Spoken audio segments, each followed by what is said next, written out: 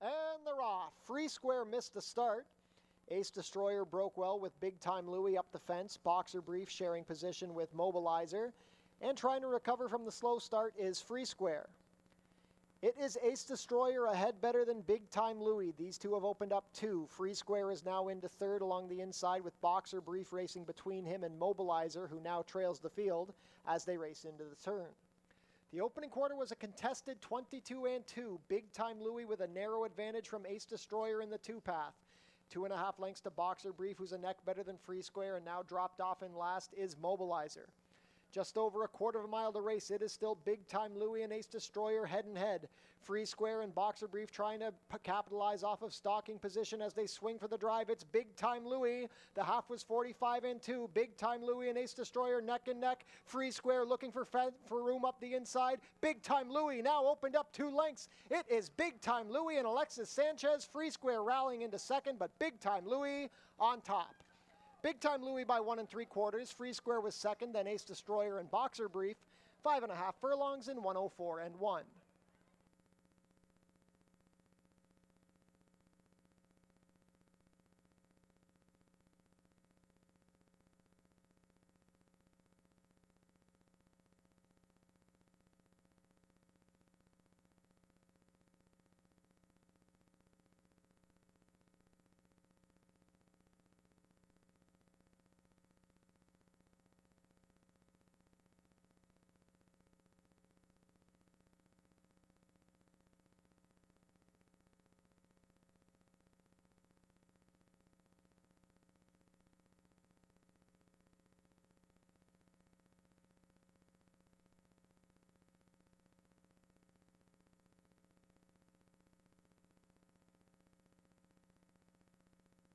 All set.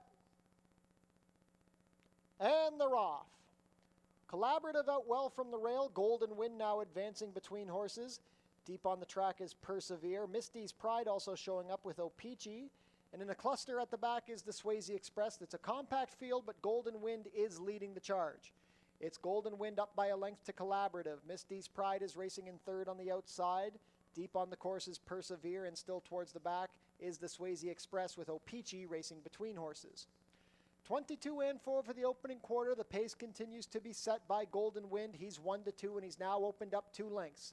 Collaborative watching intently from second. Misty's Pride asked for a little more from third, racing 2 lengths better than the Swayze Express. Persevere is in fifth, and the trailer is Opeachy. Quarter of a mile left to race. Golden Wind raced the opening half in 46-4. They reached the head of the lane. It is still Golden Wind. Collaborative is right there from second. It is well back to Misty's Pride and the Swayze Express. Now Collaborative takes the lead from Golden Wind. It is Collaborative and Edgar Zenteno. They've opened up 2. Golden Wind is second. It's well back to the rest, but going on to an easy victory, it's Collaborative. Collaborative wins by 5.5. Golden Wind was second, then the Swayze Express. A photo for fourth between Misty's Pride and Persevere. 6 furlongs in 111-1.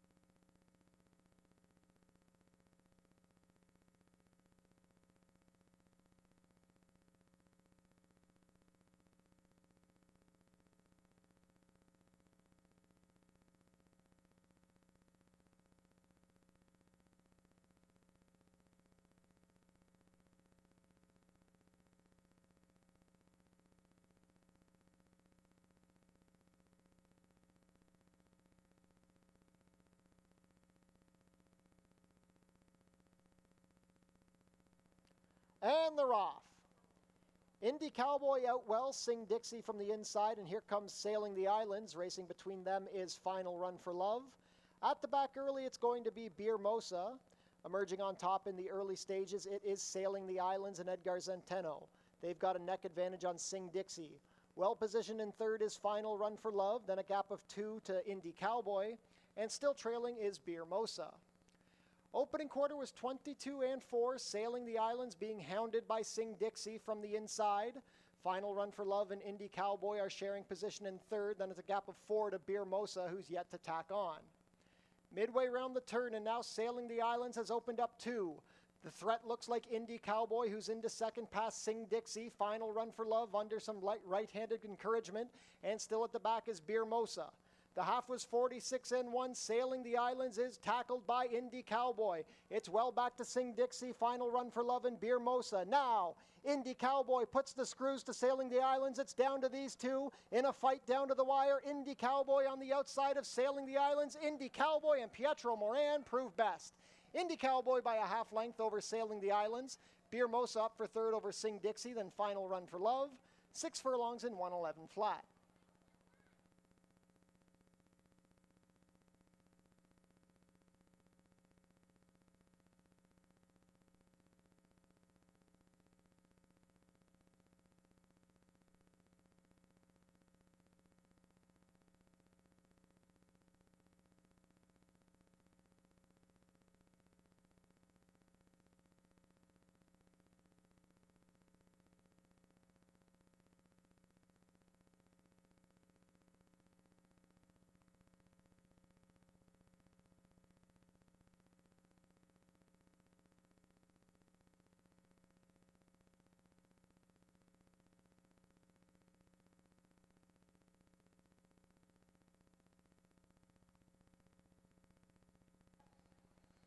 And they're off.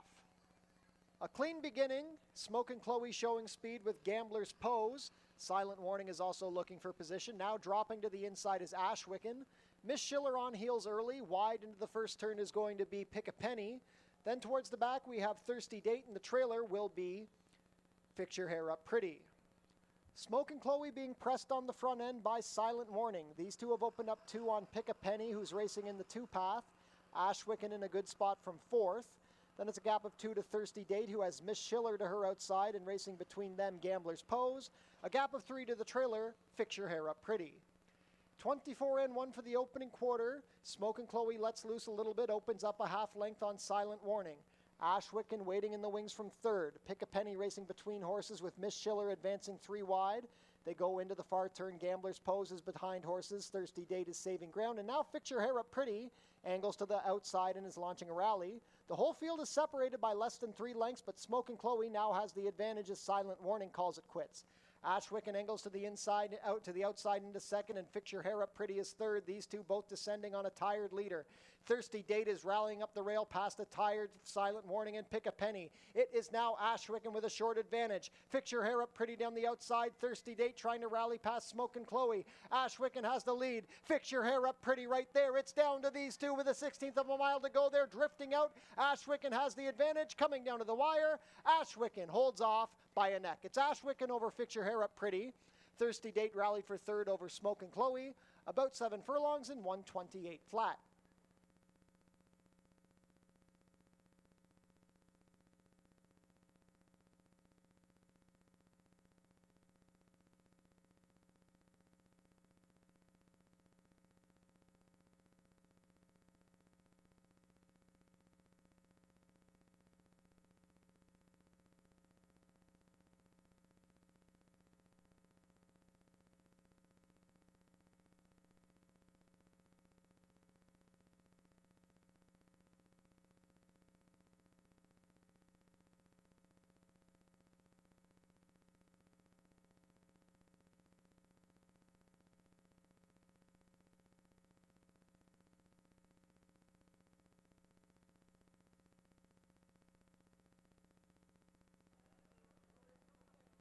And they're off.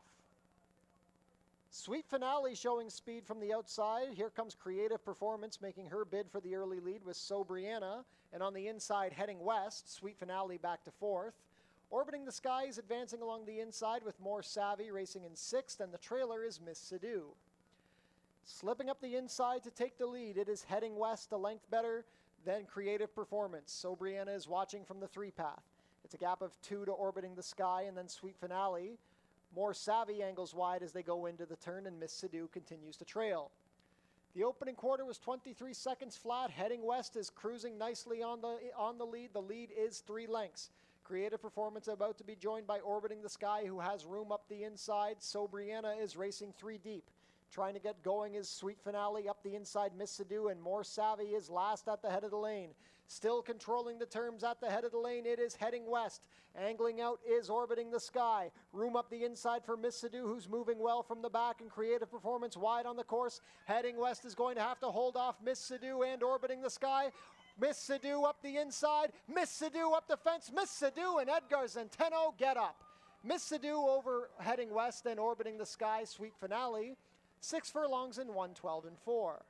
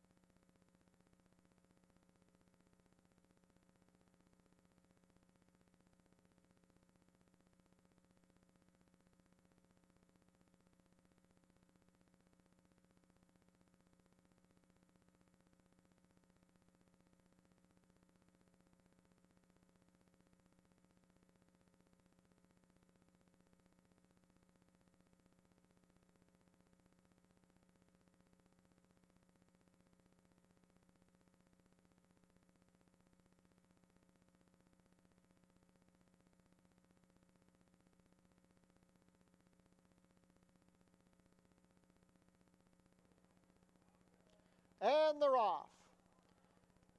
Boston Bay broke well from the inside. Tonka Wakan showing up with Best in Class and Java Power. Joey Bones on the outside. It's 5 across the track in the early stages. The early trailer will be Septimo. Putting the head in front from the middle, it is Best in Class. Tonka Wakan is racing on his outside, and Java Power slips up to apply the pressure. Boston Bay going to settle in a stalking spot from 4th.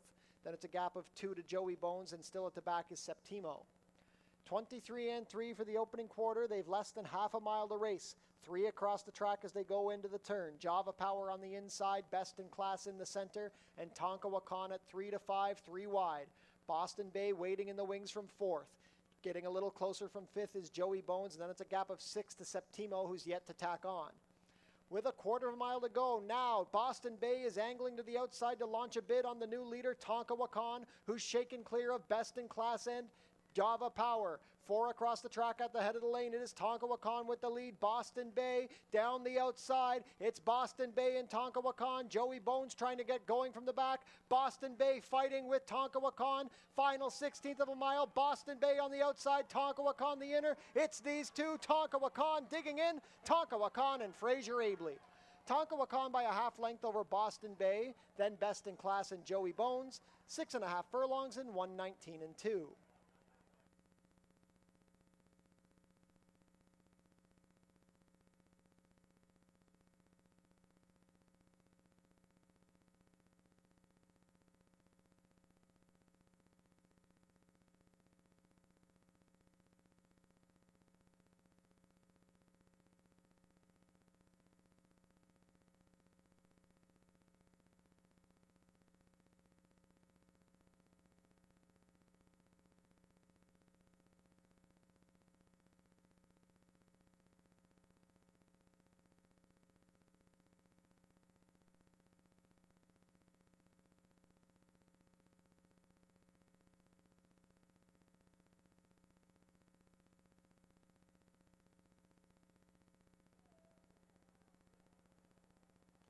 And they're off. Glitter Bay out well from the far outside. Emerald Lake is looking for some position. Deep on the course is Mimi's Holiday. To that one's inside is T'Pring. Donnarumma also forwardly placed. Sweet Serenade is along the rail. Then towards the back we have Pluie d'Avril, Antigone, and the early trailer. Under a hold is Turf and Surf. Emerald Lake assumes control. She's a length on top. Racing in second is T'Pring. Mimi's Holiday going to be wide into the turn. Sweet Serenade saving ground with Donnarumma. Antigone is advanced along the inside with Pluie d'Avril between horses and Mimi's Holiday. Glitter Bay is saving some ground as she settled toward the back, and the trailer is still Turf and Surf. 24 seconds flat for the opening quarter. They turn into the backstretch, and Emerald Lake is dictating the terms. Emerald Lake up by 1.5. T'Pring is racing between horses with Pluie d'Avril gaining 3 wide and Sweet Serenade in the pocket from 4th. 2 lengths back to Antigone. Donnarumma is wide. Mimi's Holiday has found the rail. Turf and Surf is angled out, and the trailer is now the favorite, Glitter Bay. Now Glitter Bay splits horses to get going. The half was 50 flat. Emerald Lake is still on top, taking pressure from Pluie d'Avril. Sweet Serenade still watching from the inside in 3rd. Here comes Glitter Bay up the inside, passing T'Pring. 3 wide Antigone. 3 quarters. 1:14 and 4. They've got a 1/4 mile to the wire. Emerald Lake still has the lead. Pluie d'Avril applying the pressure. Glitter Bay swings 4 wide with Sweet Serenade also for there. It's 4 across the track at the head of the lane. Emerald Lake now loses the lead to Sweet Serenade, and Glitter Bay storming down the outside. It's Sweet Serenade and Terry Husbands. Glitter Bay and Juan Crawford trying down the outside, but Sweet Serenade is going better. Down to the wire. Sweet Serenade, a perfect trip, wins by 2.5. Glitter Bay second best. Turf and Surf rallied for 3rd. Then we had Antigone and Emerald Lake. About 1 mile and 1/16 and 1:46 and 3.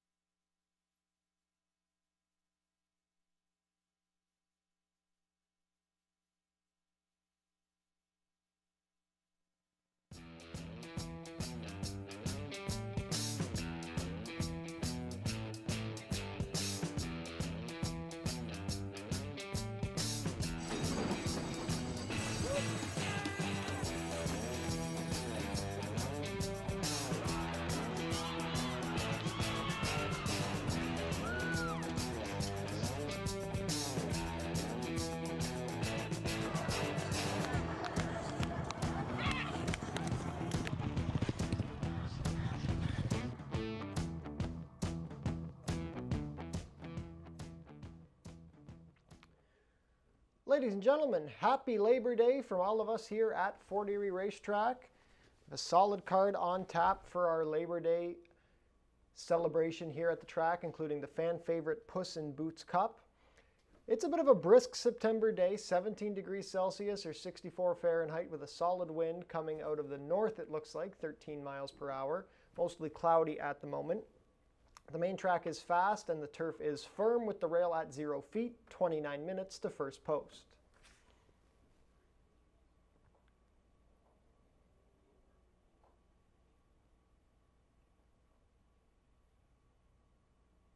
This year marks the 15th anniversary of the Fort Erie Live Racing Consortium. The FELRC is proud to celebrate its 15th anniversary of independently operating the Fort Erie Racetrack. Visit our website, forterieracing.com, for information about everything going on here at the track. Tune into the pre-race show to get info about the track conditions, scratches and changes, handicapping selections, and info about upcoming races and events. Racing will resume tomorrow. First post will be 3 p.m. The post position draw for the Prince of Wales Stakes is coming up on Thursday, September 5th. It starts at 12 o'clock. You can catch the live stream at forterieracing.com. Mark your calendars. The 89th running of the Prince of Wales Stakes is coming up on next Tuesday, September 10th. First post will be 1 o'clock. Fort Erie's Track-A-Lantern is taking place on October 14th. Family fun for Halloween at the racetrack. Starts at 12 o'clock. Head down to the Paddock Shack for burgers, hot dogs, sausages, fries, and poutine, plus beer and soft drinks, located near the walking ring. Be sure to book your table in the Turfside Dining Room, open on live racing days. Reservations are recommended. Treat your team to an exciting day at the races, only $13.50 per person. The track pack includes 1 food item, 1 drink, and a Fort Erie live racing program. For more information, go to our website. Become a member of HPIBet.com today. Get $100 when you bet $100, plus your first bet is on us. Tune into Your TV Niagara for the Fort Erie Race Replay Show, Channel 700, Thursdays at 10:30 and Saturdays at 10. Jackpot High Five wagering has been suspended until Prince of Wales Day. We're going to have a mandatory payout on Prince of Wales Day. The carryover is $115,347.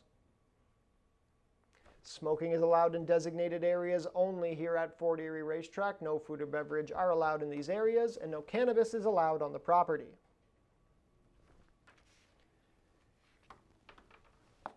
Changes on today's card. Race 1, an overweight on the number 1, Contagious Laughter. The rider will be 1 pound over at 121. Vet scratch the number 5, Yoga. So there will be no show and no superfecta wagering in race 1. In race 2, vet scratch the number 5, Beyond My Dreams. Once again, no show and no superfecta wagering in race 2. In race 3, the number 1, Sensing Holiday, will not have a bar shoe. No bar shoes on Sensing Holiday. Number 4, River of Babylon, we have a rider change to Pierre Mailhot. And on the number 5, 2-year contract, we have a rider change to Michael David. The weight will be corrected to 122 pounds.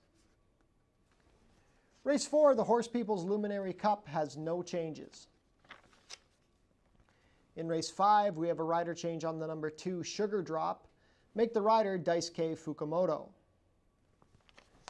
In race 6, a rider change on the number 1, Vincenzino. Make the rider Terry Husbands. And vet scratch the number 2, Thelonious. In race 7, we have a rider change on the number 1, Mr. Banjo Man. Make the rider Terry Husbands. In race 8, the Puss in Boots Cup. Rider change on the number 3, Quarky. Make the rider Terry Husbands. And a rider change on the number 8, Le Grand Garçon. Make the rider Mark Lee Buchanan.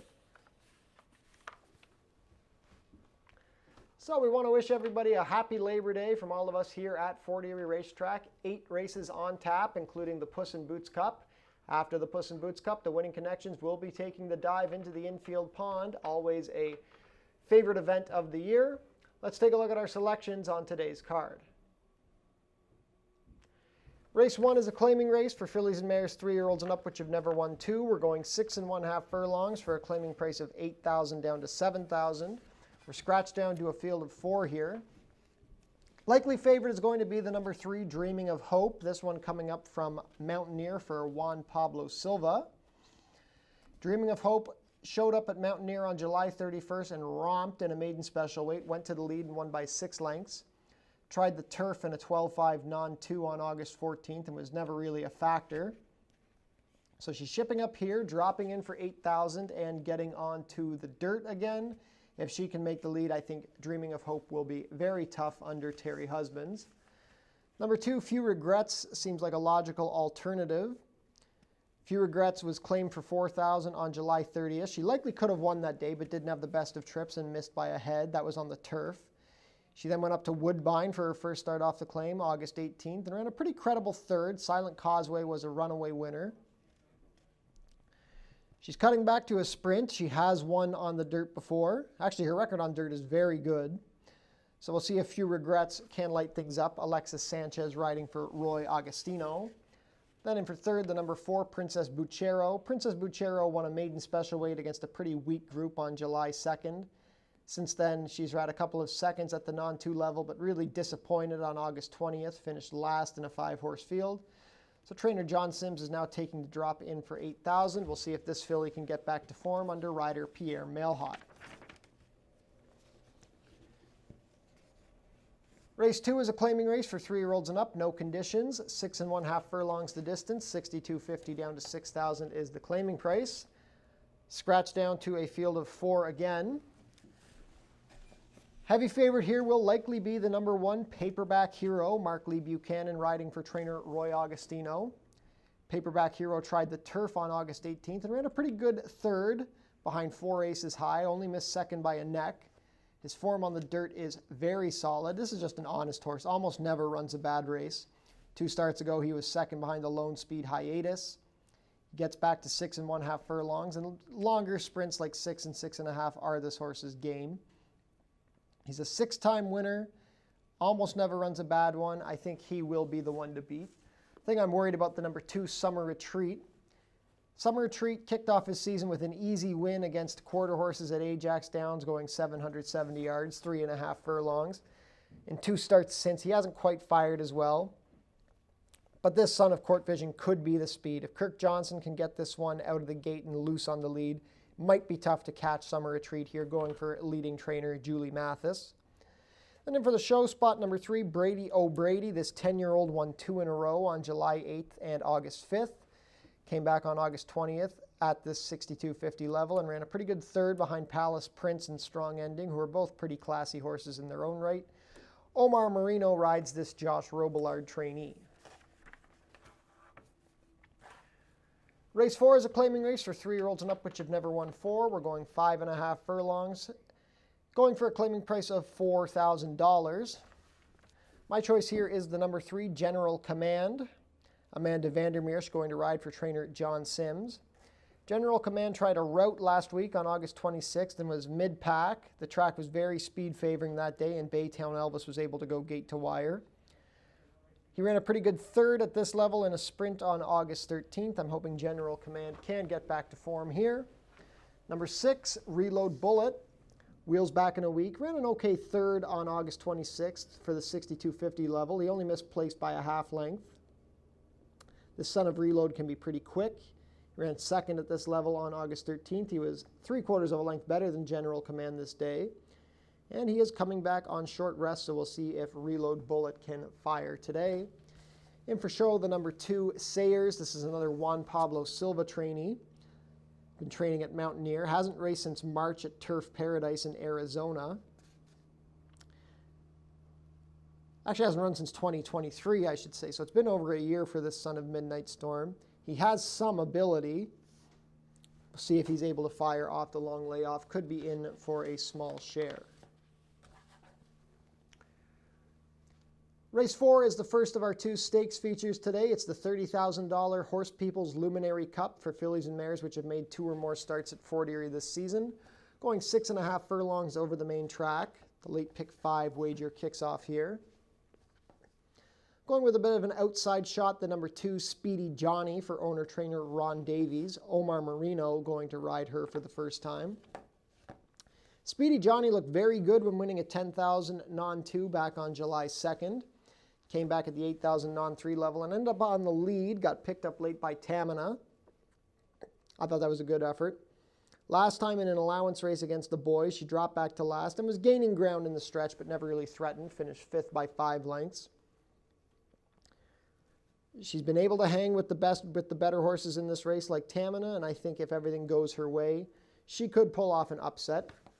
The number 3, Tamina, really been good this year at Fort Erie. 6 wins and 2 seconds in 6 starts at the meet. The only time she missed the board this year was a ship up to Woodbine. She was a very easy 8,000 non-winners of 4 winner on July 30th when being claimed by Bruno Schickadans and Eric Raganoff. She's quick out of the gate. She seems to love it here at the Border Oval, and I think she is the horse to beat.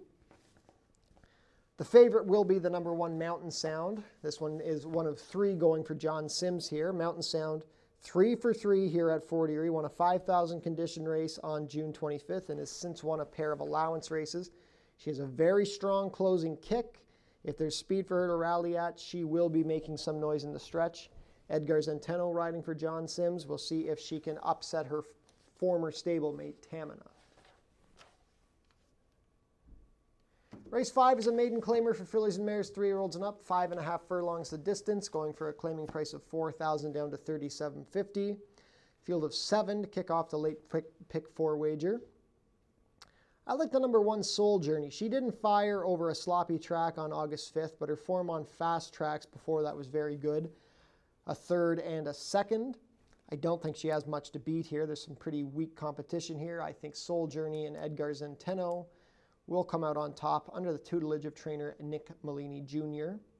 Number 5, Going to Aruba, goes for trainer Danny Wills. Terry Husbands has the mount. Going to Aruba has been second in 2 of her 4 starts here at Fort Erie, most recently clear second behind Golden Spring. Seems to handle a fast dirt track well. She could show speed if she's asked for it by Terry. We'll see what Going to Aruba can do. It's tough to get excited about much of this field. I also don't mind the number 4, Freed by Magic. This one, Omar Marino and Steve Cathcart teaming up on. She dueled on the lead and gave way to be 3rd. Only got beat 2 lengths for $62.50 on August 18th. Another one who could be a speed factor. Race 6 is a claiming race for 3-year-olds and up which have not won a race this year or which have never won 4. We're going 1 mile and 1/16 for a claiming price of $62.50 down to $6,000. I'm looking to the outside runner, number 7. He's a shooter who's been very good in 2 starts here at Fort Erie. In his local debut, he was second behind 4 Knights, who's a pretty back-classy horse. Then dropped in for $5,000 and went gate to wire on August 12th. He should break sharply from the outside and be able to make the lead, so I would not be surprised to see He's a Shooter double up. Number 1, Vincenzino, made his Fort Erie debut on August 20th in an off-turf race for this price. He tracked the pace from the outside and then was able to outduel Dot's Vision to win by a head on August 20th. Dot's Vision, very, very back-classy old horse. Not an easy horse to beat. Vincenzino could be showing some speed from the rail. Kevin Buttigieg training, and the mount being picked up by Terry Husbands. Then the number 6, Private Lake, goes for Richard Davis, and I would definitely give this one an outside look under Edgar Zenteno. He was 3rd, 2.5 lengths behind He's a Shooter back on July 29th. Before that, rattled off 2 wins. He likes to go 2 turns on the dirt. He has 11 lifetime wins, so he knows what he's doing. Had a bit of time to freshen up. Give a look to Private Lake. Race 7 is a starter optional claimer for 3-year-olds and up, which have started for a price of $5,000 or less in the last 2 years, or going for a claiming price of $10,000. Going 6 1/2 furlongs. For a bit of a long shot, I like the number 7, Mayito. Kevin Buttigieg owns and trains this one, has Kirk Johnson riding. Mayito was in a dirt route on July 20th. Distant 3rd in a 4-horse field behind Hiatus and Paperback Hero. He got loose on the lead that day, Hiatus. Mayito, the last time he sprinted on the dirt, He was third at Mahoning Valley over a muddy track. Last year, he ran second in the Helsinki MSA Cup behind Vinny Van Gogh. So that's a pretty solid reference here. I think after a month off, I think Maito could be very live with the cutback in distance. Number 5, Have to Reload. He's really woke up his last 2 starts. 2 wins in a row, including a 2-length score at this level on August 13th. He's been quick out of the gate. He's thriving over the Fort Erie dirt. And if he's able to control the pace, I think he could triple up for Melanie Pinto and Mike Blake. The speed figures are large on Have to Reload. And then for the show spot, the number 4, Core. He lost a rider in a bit of a spill on the turn on August 13th. Got up and was fine. Before that, his form was rock solid. Second by a half length to Granger County, a win over Alacritus, a win over Vinny Van Gogh. He really is just having a fantastic season. Pierre Mailhot is going to ride again for trainer Robert Warner. These two really seem to get along well. This is a very gritty son of First Samurai. Last race of the day, race 8 is the Puss in Boots Cup. $30,000 guaranteed, going 1 mile and 1/16 over the turf course.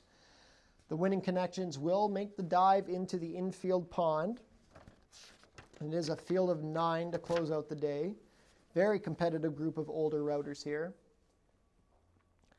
I'm looking to the number 2, Wilberforce. Omar Marino riding this one for trainer Sharon Chicotto. Omar rode this horse to a runner-up finish in this race last year behind Nicolau. Wilberforce is just a really solid horse. He got beat a length behind Alley Oop Johnny and Classy Whisper for $15,000 at Woodbine on July 26th. Before that, powered away to a victory in a non-3 allowance on July 2nd. He loves the Fort Erie turf. You're not going to get the 12-1 morning line quote on this horse. He will be one of the favorites. He's by Kitten's Joy out of a Stormy Atlantic mare. He's a difficult horse. You see him lugging in, lugging out. Not easy to ride. I don't envy any of the riders who have to deal with him, but he has the talent. He has a good post. I think Wilberforce has a very good shot to break through in this year's edition of the Puss in Boots. Number 9, 4 Aces High, could be the favorite on the heels of a very easy win on August 18th, going this distance over the turf course. Tracked the pace and kick clear to win by 4 lengths.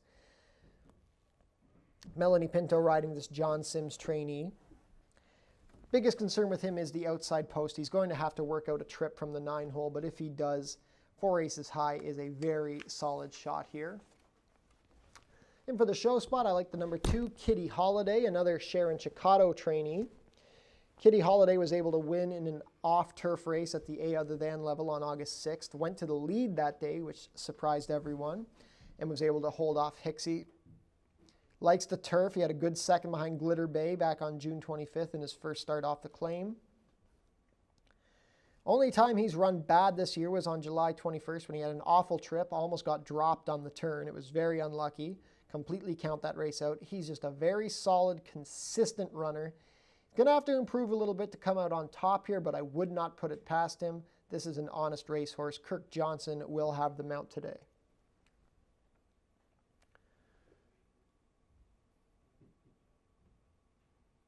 So best of luck to everybody joining us here today at Fort Erie Racetrack. Happy Labor Day once again. Best of luck with all of your wagers and enjoy your day here at the Border Oval. 11 minutes to first post.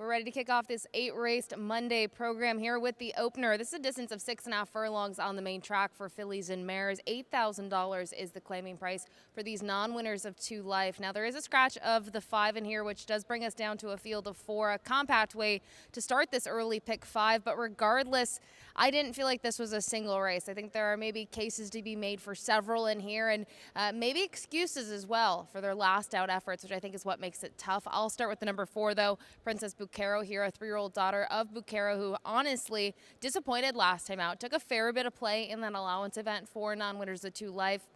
Obviously drops in class today, but expected to see more from her last time out. She was 4-1 in that spot. Now, she did break slowly, and she really never got running from the back of the pack. So maybe that was the excuse that I was alluding to, that if you disregard her last out effort and you go to the effort, say 2, 3 back, there's a better case to be made for her. 2 starts back, she came up second best behind her stablemate, Jimmy Is a Breeze, who scored a mile upset in that event. And when you go even further back, the way that she graduated, she's just been very consistent here locally since joining the barn of John Sims, coming here to Fort Erie, with the exception of her last out effort. So she was my top pick in here. I think looking at some others, the number 2, Few Regrets, is another consistent type here over the Fort Erie dirt and the turf course. Those efforts here 2 and 3 starts back, they were quite good. I think looking at the last out effort, it was at Woodbine. I think that was a pretty tough spot to put this horse in all. And I think coming back to here gets a little bit of class relief. And just because there's 2 other horses in here, we'll talk about both of them. The 3, Dreaming of Hope. This one is 8-5 on the morning line, and the problem that I have with this Daughter of Mastery is her inconsistency. When she was able to graduate 2 starts back at Mountaineer, it was going 5.5. It was on the dirt, and she was simply much the best. She got a huge number when it was all said and done, a 71 Beyer speed figure. And then next time out, they tried her on the grass at 5/8 and really didn't want any part of that. Got a 22 Beyer. So another one that maybe had an excuse last time out. Maybe it was the surface, but very curious to see what this one will go off at here in that first start at Fort Erie. And finally, the number 1, Contagious Laughter, rounds out the field. 3rd last time out in that first start for the barn. He's well beaten in that event, but obviously could take a step forward as well. So as I mentioned, a very compact field here to start things off, but a lot of directions to go. For me, top pick ends up being the 4. Good luck.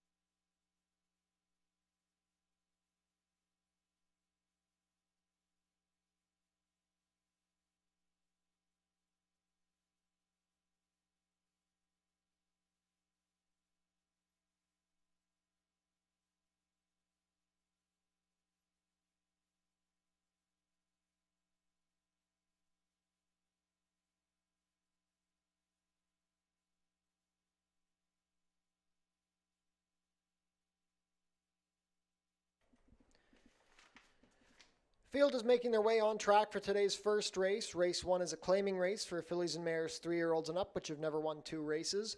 Traveling a distance of 6.5 furlongs, going for a claiming price of $8,000 down to $7,000, competing for a purse of $22,200. No show and no superfecta wagering in race 1. Race 1 offers win place, exactor, 20-cent try, 20-cent pick 3, and 20-cent early pick 5 wagering.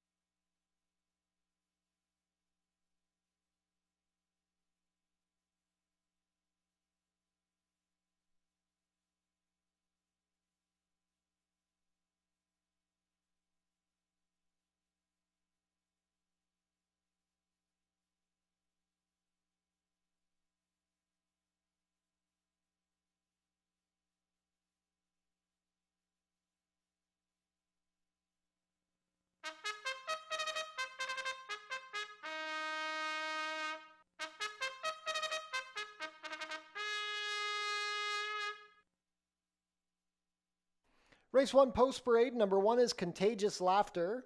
Michael David rides for trainer Tony Alderson and owner Robert Dell. Number 2 is Few Regrets. Alexis Sanchez has the call for trainer Roy Augustino and owner Even Steven Stables Limited. Number 3 is Dreaming of Hope. Terry Husbands riding for trainer Juan Pablo Silva and owners Jeff Jacobs and Tijuana Racing Stables. Completing the field, number 4 is Princess Buchero. Pierre Mailhot rides for trainer John Sims and owner Harvey Bussey. Scratch to 5, 3 minutes to post for race 1.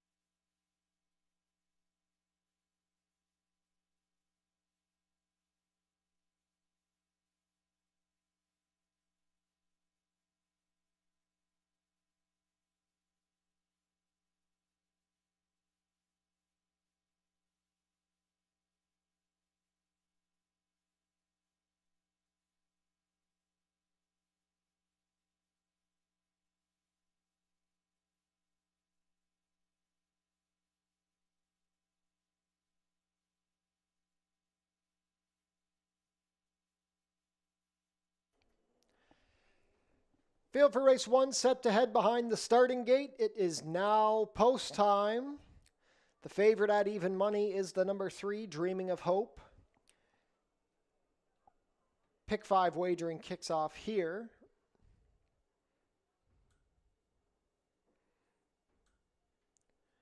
First to come up will be Contagious Laughter and Michael David.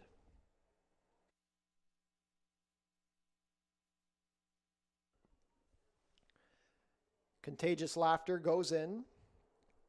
Few Regrets with Alexis Sanchez. Dreaming of Hope, the Mountaineer Invader with Terry Husbands. Currently 4-5. Last in will be Princess Buchero and Pierre Mailhot. All set. And they're off. Dreaming of Hope out sharply, straight to the lead. It is Dreaming of Hope as they race out of the chute. Second on the outside is Princess Buchero. Few Regrets is saving ground from third. Now second ahead, better than Princess Buchero. Then it's a gap of 4 to the trailer, Contagious Laughter. A leisurely tempo being set by Dreaming of Hope. The lead is 1 3/4. Few Regrets is racing in second, a length better than Princess Buchero, and now getting closer from the back is Contagious Laughter. 23 seconds flat for the opening quarter. They're within the final half mile, and Dreaming of Hope at 2-5 is cruising on the lead. Few Regrets is 2 lengths back in second. Princess Buchero in the outside from third, and Contagious Laughter has asked for a little more from the back. Midway round the turn, it is Dreaming of Hope. The lead is now 5. The half in 46 2. As they reach the quarter pole, it is Dreaming of Hope looking tough to cats. Princess Buchero is into second. Few Regrets under left-handed encouragement, and still at the back, Contagious Laughter. They swing for the drive, and Dreaming of Hope and Terry Husbands are looking to take this field gate to wire. The lead is 6 lengths. Within the final 1/8 of a mile, Dreaming of Hope is well clear. Into second, Princess Buchero. Few Regrets third, but coming down to the wire, Dreaming of Hope is much the best. It's Dreaming of Hope by 5.5 at the wire. Princess Buchero second. Few Regrets held third from Contagious Laughter. 6.5 furlongs and 1:17 1.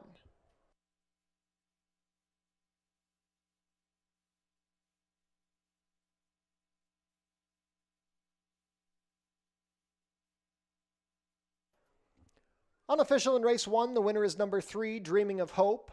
Second, number 4, Princess Buchero. Third, number 2, Few Regrets. And fourth, number 1, Contagious Laughter. Unofficial race 1 order, 3-4-2-1.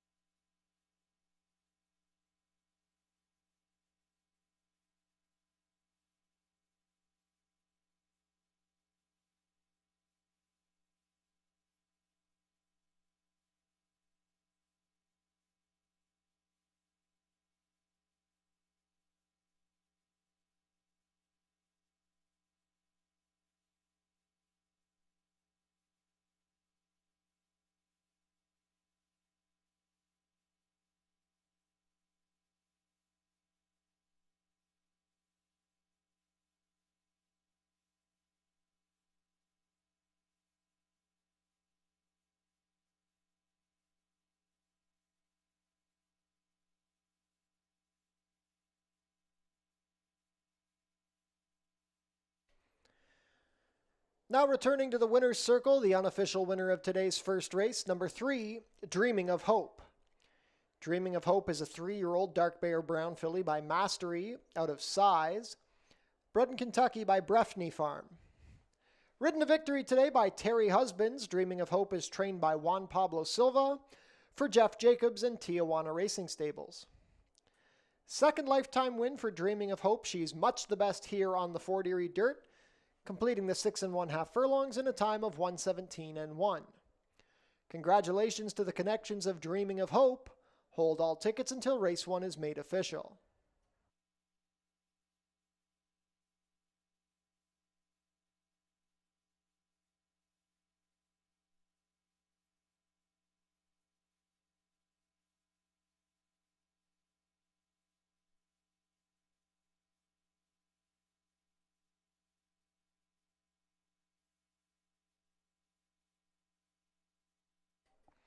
Race 1 is official. Prices are up. Dreaming of Hope returns $2.90 to win and $2.10 place. Second, number 4, Princess Buchero, $3.10 to place. There was no show wagering in race 1. $2 Exacta 3-4 returns $6.20. The $1 Try, $6.42. $4.10. No superfecta wagering in race 1.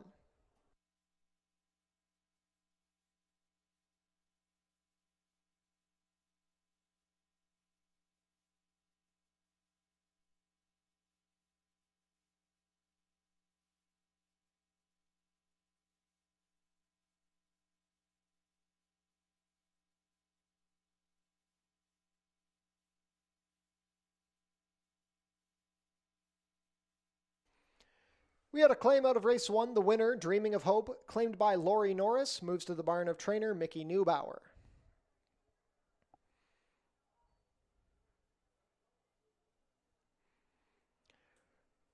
Race 2 coming up in 18 minutes. Vet scratch of the number 5, Beyond My Dreams. No show and no superfecta wagering in race 2.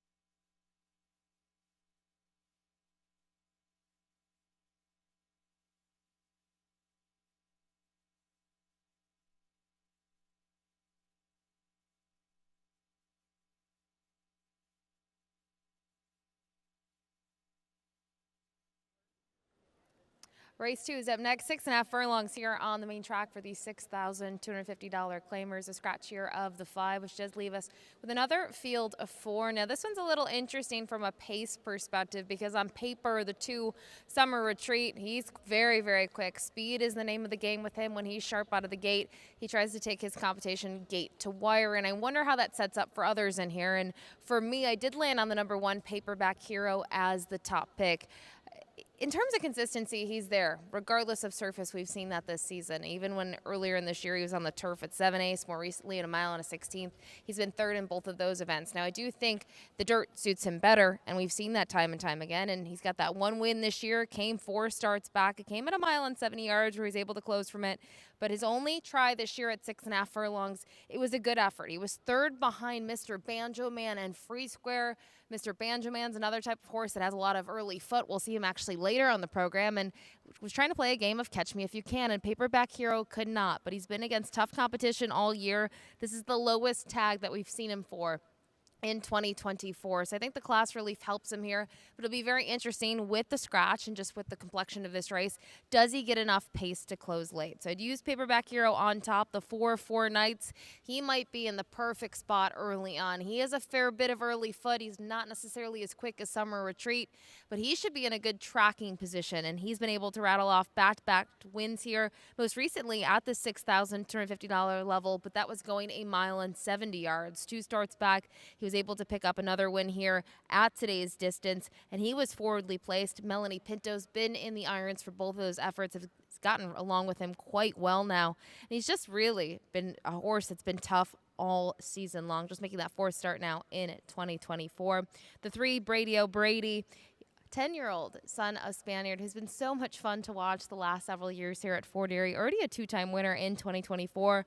Last time out, he tried this distance. I think he faced a tougher group than he necessarily faces today in some regard, and he tried to close from off of it. He was just a 3rd best, but he did have that win streak on the line. It snapped there when he finished 3rd, but he's another respectable horse in here. And we talked about the 2 Summer Retreat already, who's out here already walking around in the saddling area and looks tremendous. He's got that early foot. He likes to be forward from the gate. He was able to win a race this year earlier at Ajax in one of those Battle of the Breed events, and he was very impressive for the 770-yard distance. And prior to that, we saw him last year. He was able to pick up 2 wins. But typically, he goes to the front, and he says, catch me if you can, and tries to stay in front. We'll see what he brings here. Another one lightly raced this year, just made a handful of starts. 2 at Ajax and 1 here at Fort Erie, where he was 4th while facing much tougher. So that's the field of 4 here for race number 2. When it was all said and done for me, I went to the inside horse, Paperback Hero, who will need some pace help in this spot, but hopefully we'll get it with the 2 and the 4 in this race. Good luck.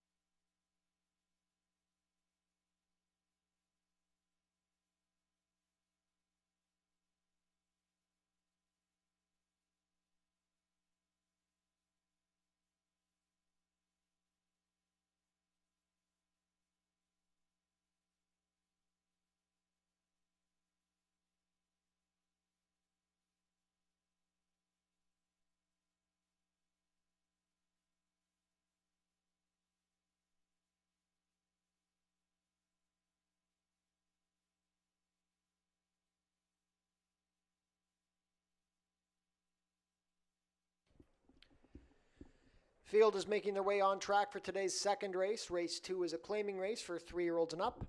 Going for a claiming price of $6,250 down to $6,000, traveling a distance of 6½ furlongs, competing for a purse of $19,800. No show and no superfecta wagering in the second race. Race 2 offers win place, exactor, 20-cent try, double, 20-cent pick 3, and 20-cent early pick 4 wagering.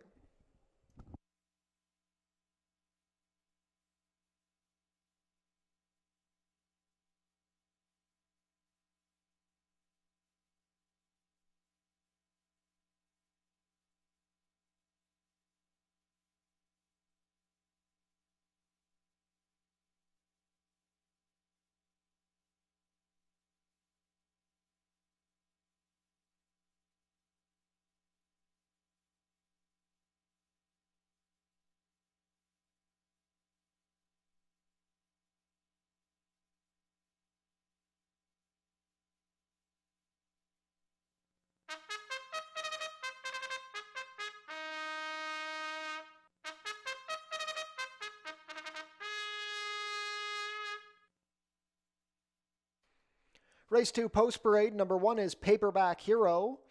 Mark Lee Buchanan rides for trainer Roy Augustino and owner Reggie Johnston. Number 2 is Summer Retreat. Kirk Johnson in the saddle for trainer Julie Mathis and owner Alicia Robillard. Number 3, Brady O'Brady. Omar Marino pilots for trainer Josh Robillard and owner Radcliffe Racing Stable. Completing the field, number 4 is Four Nights. Melanie Pinto riding for trainer Mike Blake and owner Pass Eye Peach Stables. Scratch the number 5. 1 minute post for race 2. Early pick 4 wagering kicks off here.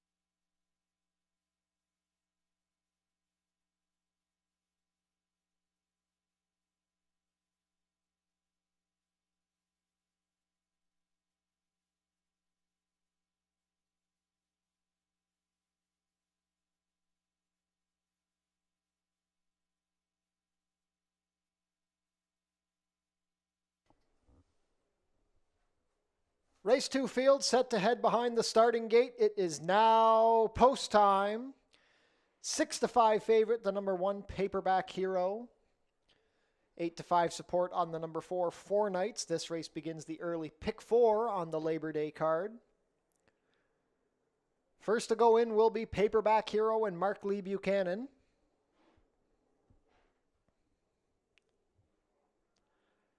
Summer Retreat and Kirk Johnson.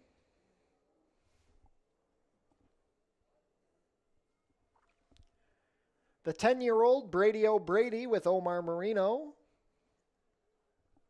Last in will be Four Knights and Melanie Pinto.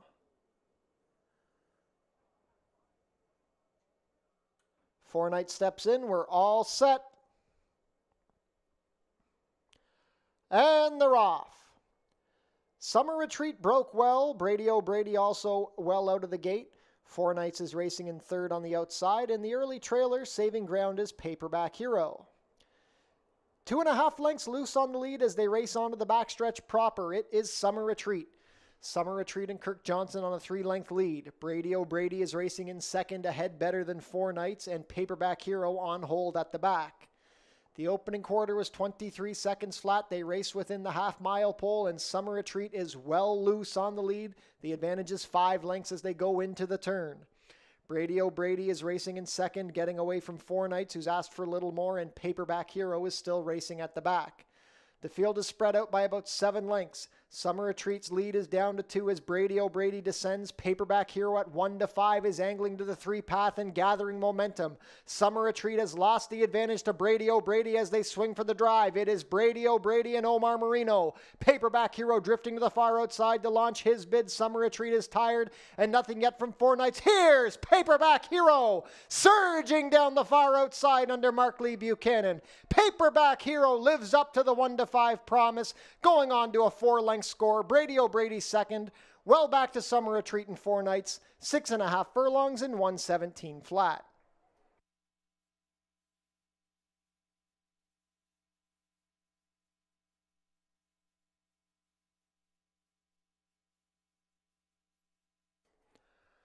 Unofficial in race 2, the winner is number 1 Paperback Hero, second number 3 Brady O'Brady, third number 2 Summer Retreat, and fourth number 4 Four Knights. Unofficial race 2 order 1-3-2-4.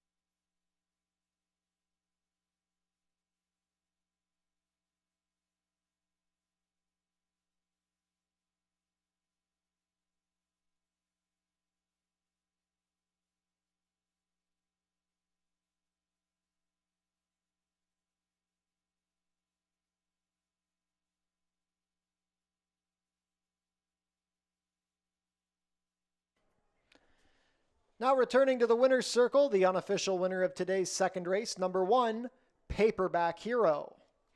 Paperback Hero is a 6-year-old bay gelding by Speightster out of Page Dancer, bred in Kentucky by Kidder, Cole, and Kidder. Ridden to victory today by Mark Lee Buchanan, Paperback Hero is trained by Roy Augustino for Reggie Johnston. Second win of the season for Paperback Hero, his 7th lifetime score in 32 starts. He delivers at 1-5, completing the 6.5 furlongs in a time of 117 flat.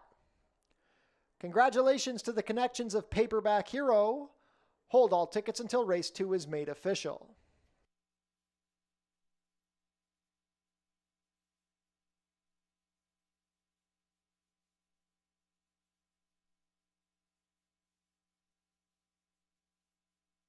Race 2 is official. Prices are up. Paperback Hero returns $2.60 to win, $2.10. Second, number 3, Brady O'Brady, $3 to place. No show wagering in race 2. The $2 exacta 1-3 returns $5.60. $1 try, 132, 810. No superfecta wagering in race 2. The $2 early double, 3-1, 470.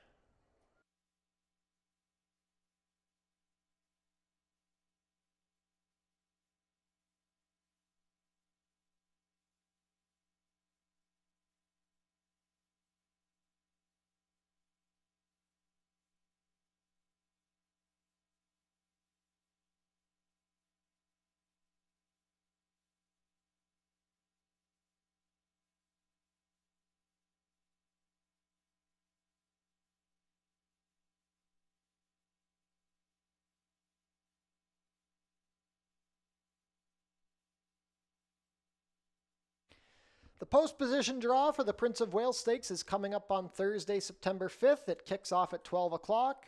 Catch the live stream at FortErieRacing.com. And a reminder, the Prince of Wales Stakes is coming up on Tuesday, September 10th. First post will be 1 o'clock.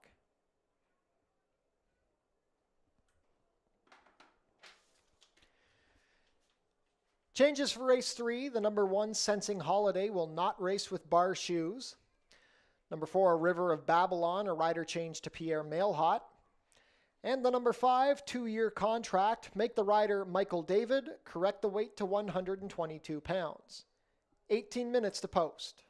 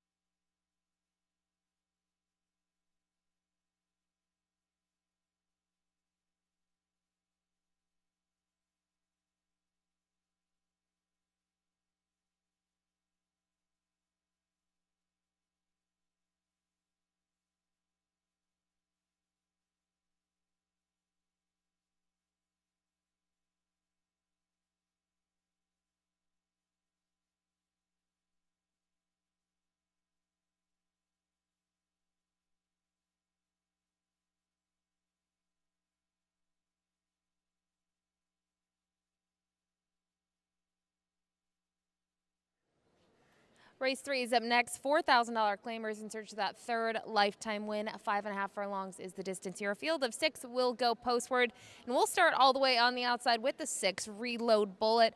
Trainer Roy Agostino looking for another win on the card after having the last with Paperback Hero. Reload Bullet, in terms of the form this year, I know he's 0 for 6, but he's had 4 in the money finishes. Last time out was third in an event where I think he faced a little bit tougher competition. He was in for 6,000 against that group. Sure, he drops, but just looking at the horses in there, I think they were better. 2 starts back, he finished in front of General Command, who he has to face again today. And I think in terms of his tactical early foot that he's shown in his last 2, he should be forward enough from this outside post to be in a good position at this 5.5 furlong distance. So he is my top pick. I mentioned the name General Command. He's a horse I'll use underneath in here. Has post 3 here. Amanda Vandermeer's back in the irons. Amanda piloted him to that third place finish that we already talked about 2 starts back, and last time out they tried him at a mile and 70 yards around 2 turns, and I just think it was an experiment that was a failed one when it was all said and done. I think he will prefer to go back to a sprint distance here around 1 turn. The $4,000 level. He showed 2 starts back. He belongs here, so I will use him here underneath. And finally, another horse that's going to cut back in distance is the number 1, Sensing Holiday. Now, has 2 4th-place finishes earlier this year at the sprint distances. Debuted this year at 6.5 furlongs over the slop. The next time out, tried 5.5 against this level and was just 4th best.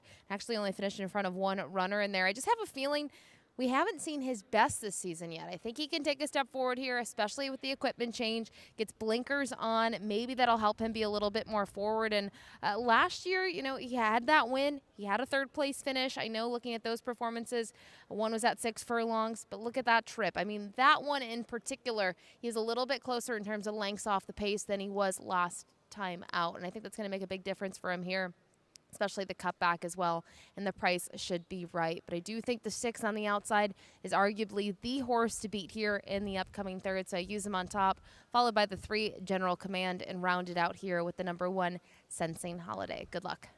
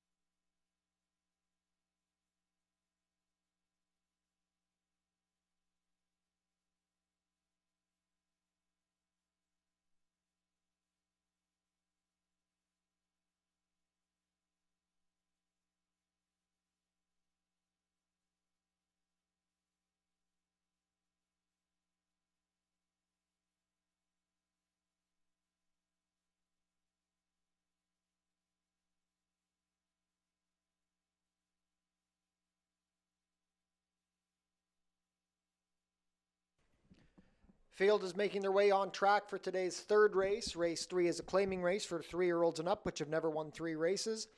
Going for a claiming price of $4,000. We're traveling a distance of 5 1/2 furlongs, competing for a purse of $13,500. Race 3 offers win, play, show, exactor, 20-cent try, double, 20-cent super, and 20-cent pick 3 wagering.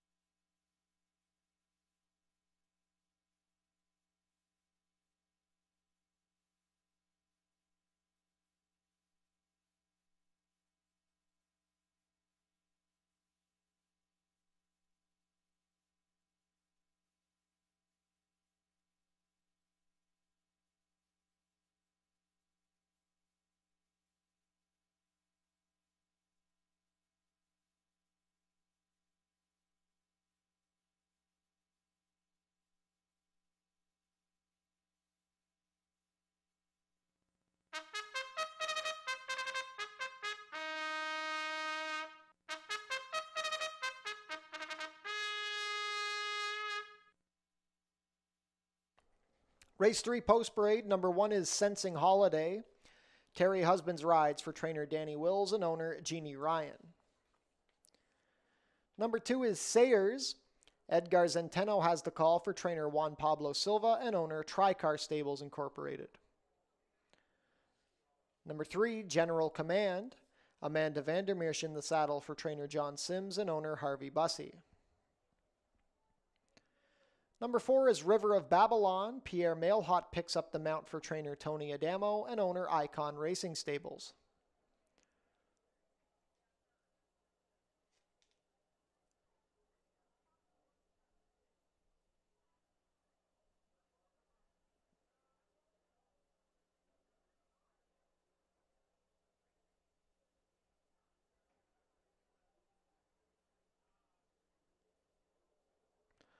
We'll come back to the 5. Number 6 is Reload Bullet. Kirk Johnson riding for trainer Roy Augustino and owner B11 Incorporated.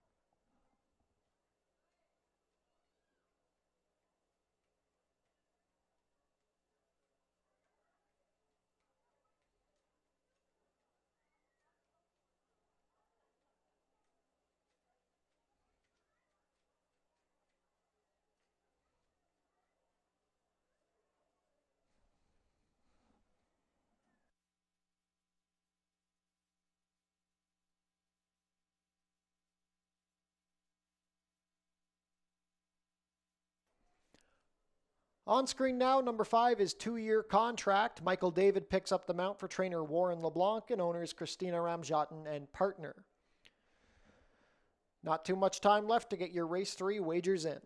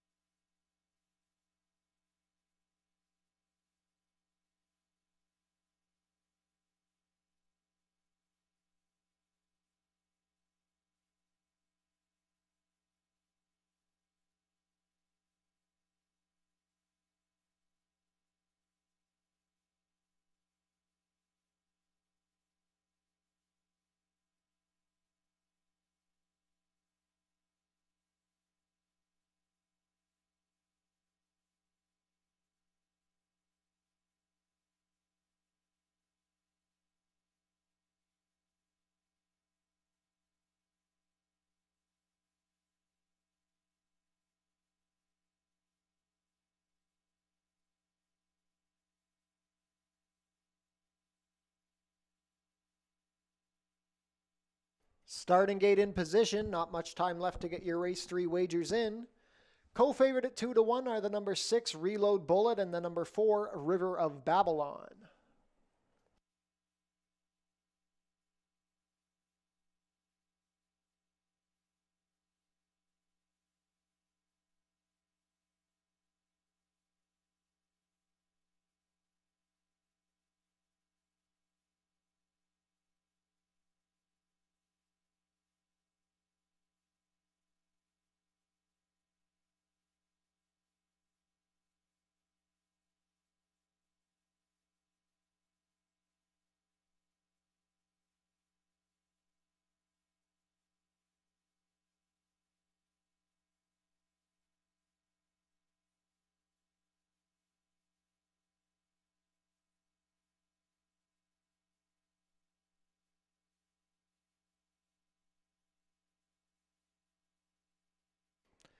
Race 3 field is behind the starting gate. It is now post time, set to begin loading for today's third race.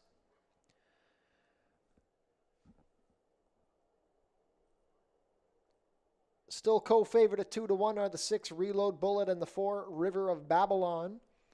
First to come up will be Sensing Holiday and Terry Husbands. Sayers with Edgar Zenteno. General Command and Amanda Vandermeersch.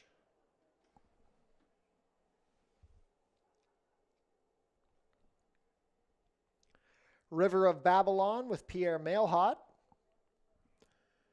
2-year contract and Michael David. Last in will be Reload Bullet with Kirk Johnson.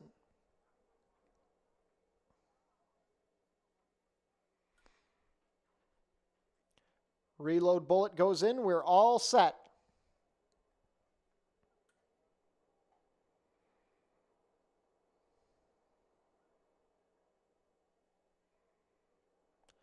And they're off. Reload Bullet out sharply from the outside. We've lost the rider on River of Babylon. River of Babylon out of the race. Making the lead, it is Reload Bullet, already up by 3. Sayers is racing in second, but being taken on by both sides. Sensing Holiday along the rail and General Command on the outside. Wide on the course is 2-year contract, and still trailing is the Loose Horse, hopefully going to stay out of the way. Into the turn they go, the opening quarter, 22 and 3. Reload Bullet is up by 4. Sensing Holiday has slipped up the inside into second, a length better than Sayers. Then it's a gap of 4 to General Command, and the trailer is 2-year contract.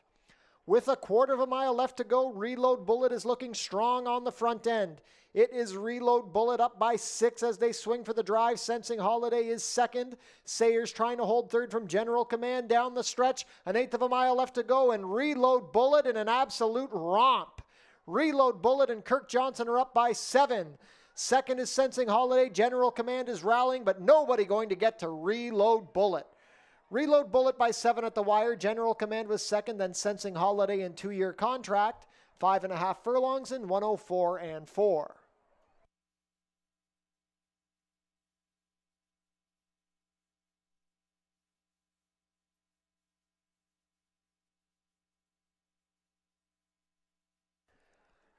Unofficial in race 3, the winner is number 6, Reload Bullet. Second, number 3, General Command. Third, number 1, Sensing Holiday. And fourth, number 5, 2-year contract. Unofficial race 3 order is 6-3-1-5. Hold all tickets. The stewards have posted the inquiry sign regarding the start of the number 4, River of Babylon.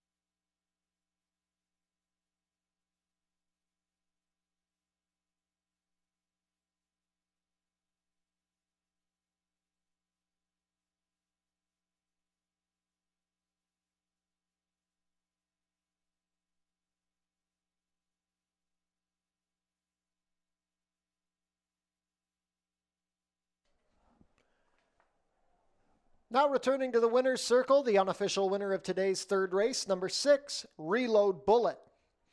Reload Bullet is a 5-year-old chestnut gelding by Reload out of Mischievous Mia, bred here in Ontario by Kimberly Hopkinson.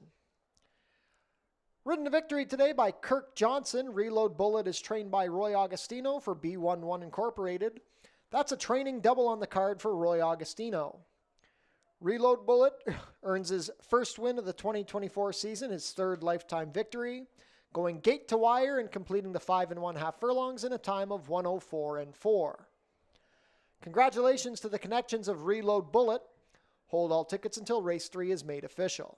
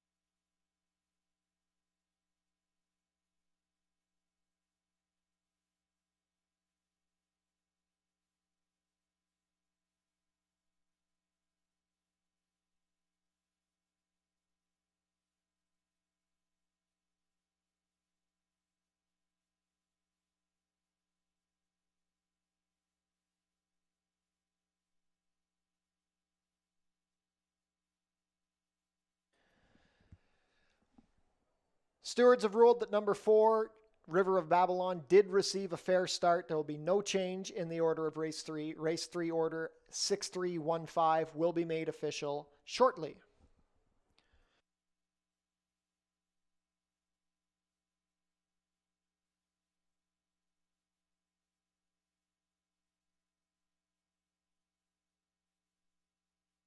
And race 3 is now official.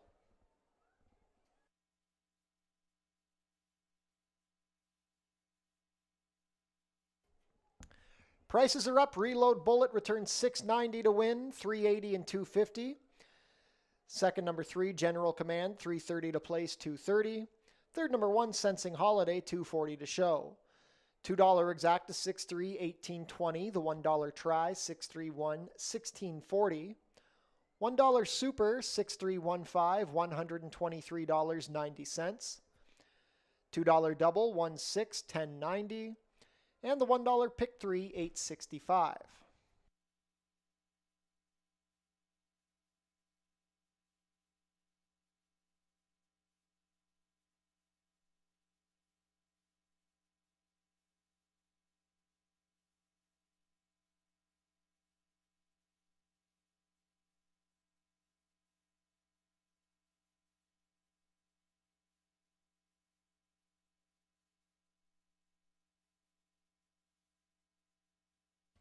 Race 4 is the $30,000 guaranteed Horse People's Luminary Cup. There are no changes, 16 minutes to post.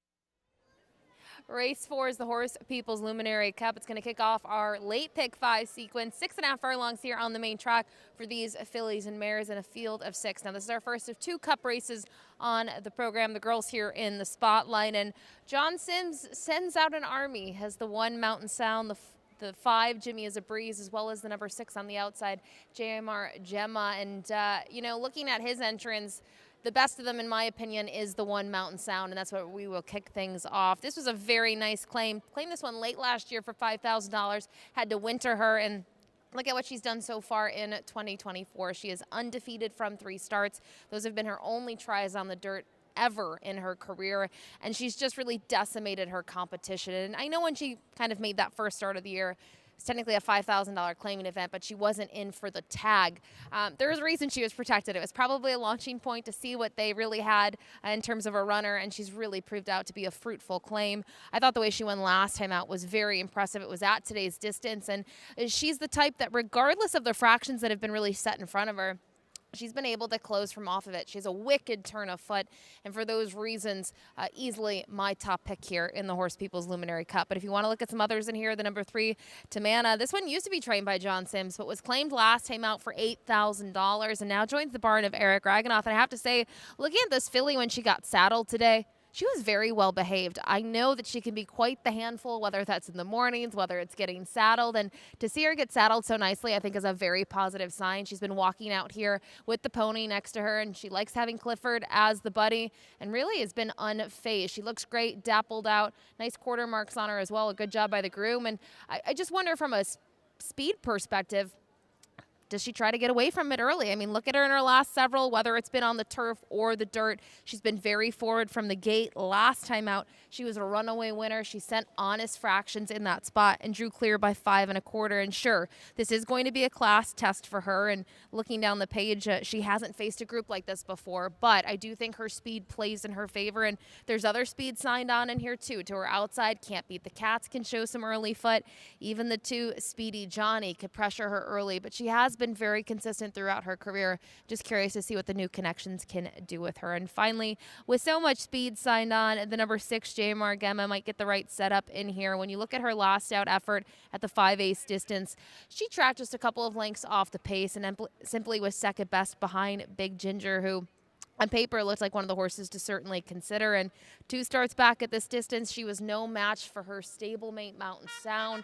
She actually found herself on the lead, and I just don't know against this group if she'll be on the lead. I think a sitting kind of off the pace trip might work out better for her, and maybe if there is a lot of speed signed on, she'll get that right trip as well. But I do think the 1 Mountain Sound looks extremely tough to beat. But a nice field of 6 here going to postward for the Horse People's Luminary Cup. Good luck.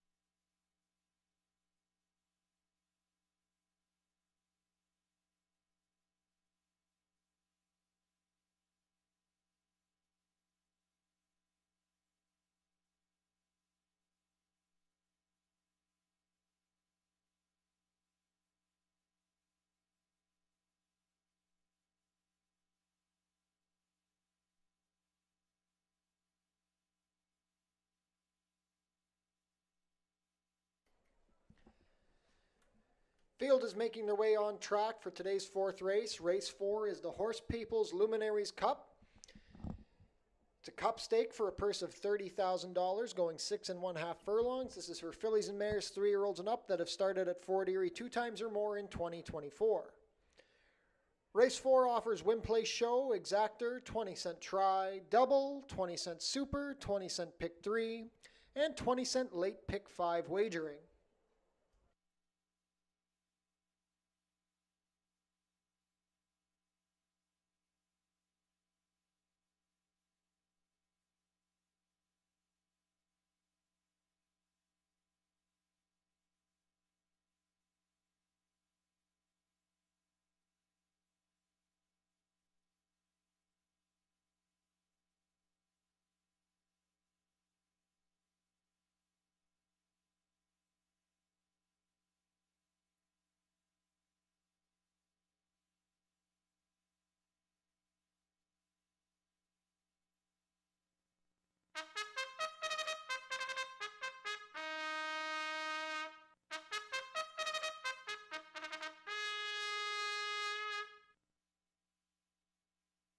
Race 4 post parade, number 1 is Mountain Sound. Edgar Zenteno riding for trainer John Sims, who owns in partnership with Denise Carpenter. Number 2 is Speedy Johnny. Omar Marino in the saddle for owner-trainer Ron Davies. Number 3 is Tamina. Alexis Sanchez riding for trainer Eric Raganoff and owner Bruno Schickadans. Also for Bruno Schickadans is the number 4, Can't Beat the Cats. Kirk Johnson riding for trainer Julie Mathis. John Sims owns and trains the number 5, Jimmy is a Breeze. The rider is Amanda Vandermeersch. Completing the field, number 6 is JMR Gemma. Melanie Pinto rides for trainer John Sims, who owns in partnership with Denise Carpenter. Late pick 5 wagering kicks off here in race 4. It's the $30,000 guaranteed Horse People's Luminary Cup.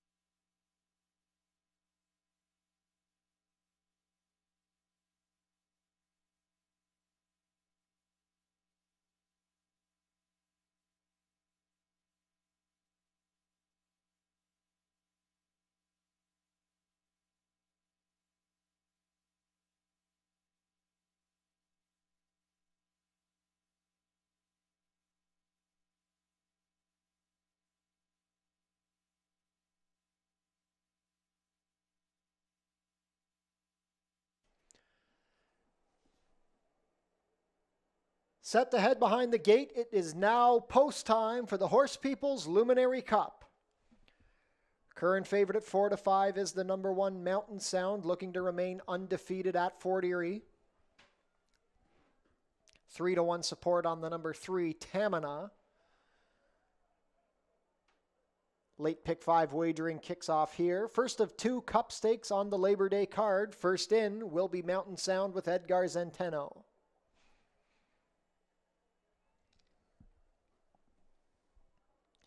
Gate 2 for Speedy Johnny and Omar Marino.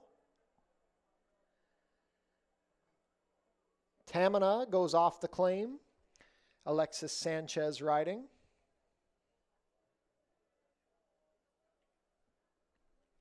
Can't Beat the Cats and Kirk Johnson. Jimmy is a Breeze and Amanda Vandermeersch.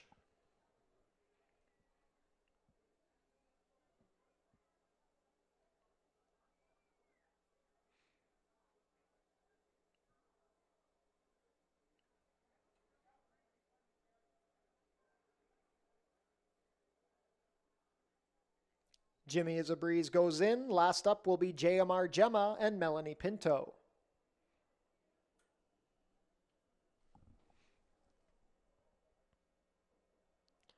JMR Gemma steps up. We are all set.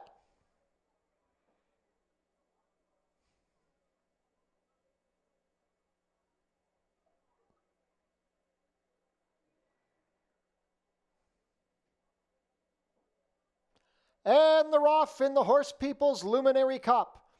Can't Beat the Cats breaks sharply from the center. On the outside, JMR Gemma also looking for position. Tamina racing in third early on the inside. Racing in fourth is the favorite, Mountain Sound. She's a length better than Speedy Johnny, and the early trailer is Jimmy is a Breeze. They're spread out by about 9 lengths front to back. Can't Beat the Cats being pressured by JMR Gemma. The opening quarter was 22 and 3. It's a gap of 4 lengths back to Tamina, who's in good position from third. Mountain Sound also in a good position from fourth. She's about 6 lengths off the leaders. It's a gap of 5 more to Jimmy is a Breeze, who has now overtaken Speedy Johnny. 3 furlongs to go in the Horse People's Luminary Cup. JMR Gemma on the outside cruises up and puts the head in front of Can't Beat the Cats. Mountain Sound finishing powerfully along the inside. She's gaining ground with every stride and swings to the outside. Tamina racing in fourth. It's well back to Speedy Johnny and Jimmy is a Breeze. At the head of the lane, Mountain Sound puts the head in front of JMR Gemma. Rallying down the outside. Here comes Tamina trying to make a race of it, but Mountain Sound is 3 lengths clear. It's Mountain Sound going best of all in the Horse People's Luminary Cup. Mountain Sound 4 for 4 at Fort Erie. Mountain Sound by 4. Tamina up for second, then Speedy Johnny and JMR Gemma. 6.5 furlongs in 1:17 and 4.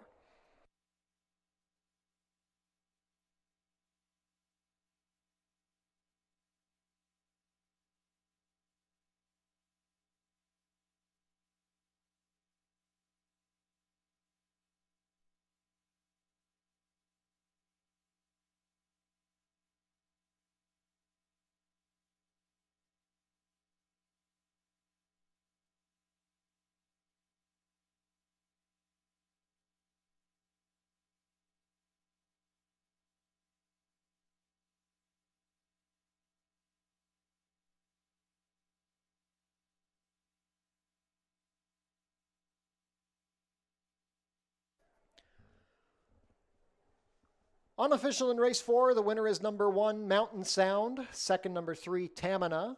Third, number 2, Speedy Johnny. And fourth, number 6, JMR Gemma. Unofficial race 4 order, 1, 3, 2, 6.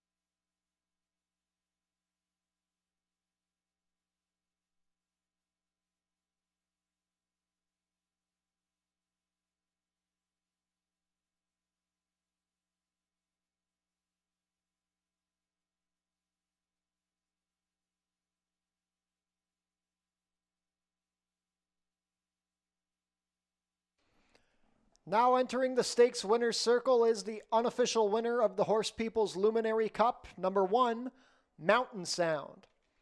Mountain Sound is a 4-year-old bay filly by Super Speedy out of Yoli, bred here in Ontario by Frank DiGiulio Jr. Ridden to victory today by Edgar Zenteno, Mountain Sound is trained by John Sims, who owns in partnership with Denise Carpenter. Mountain Sound claimed for $5,000 at Woodbine last December and is now a perfect 4 for 4 here at Fort Erie. She rallies to win the Horse People's Luminary Cup, completing the 6 1/2 furlongs in a time of 1:17.4. Congratulations to the connections of Mountain Sound. Hold all tickets until race 4 is made official.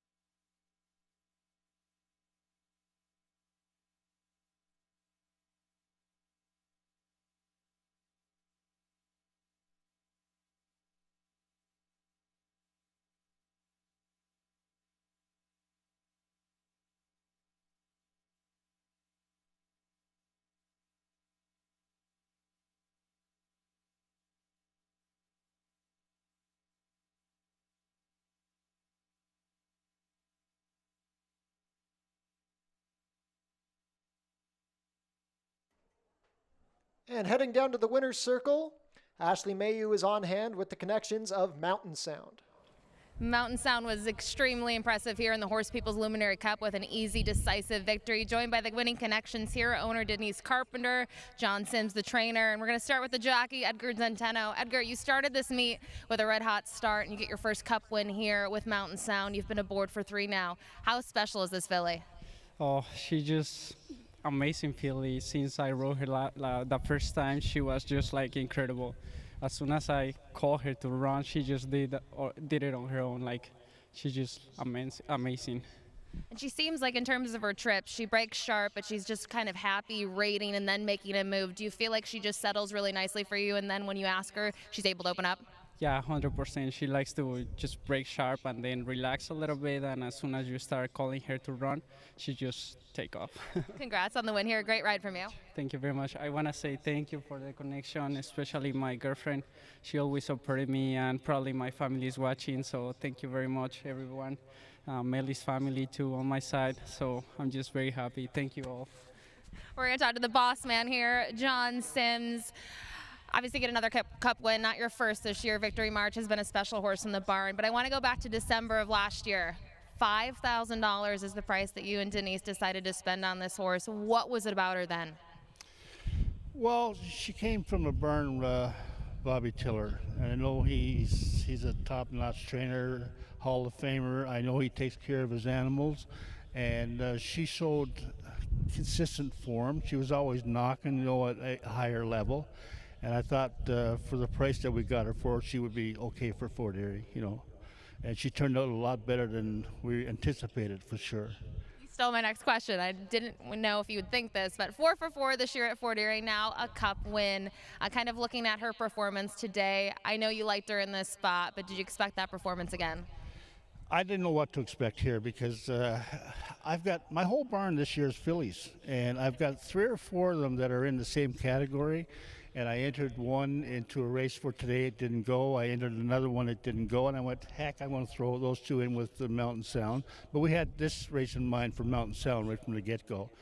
And so I ended up with 3 in there because I couldn't run them. I had nowhere else to run them.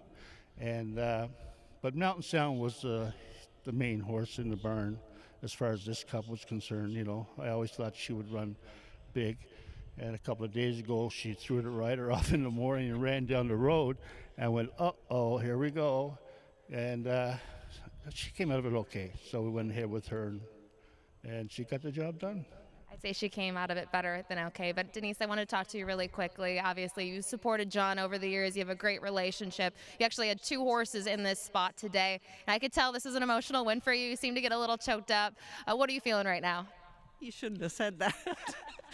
Because my family's here, my kids, my grandkids, and my brother Davy Jones, who's at home watching this, who follows us. It was for all them because we're a racehorsing family.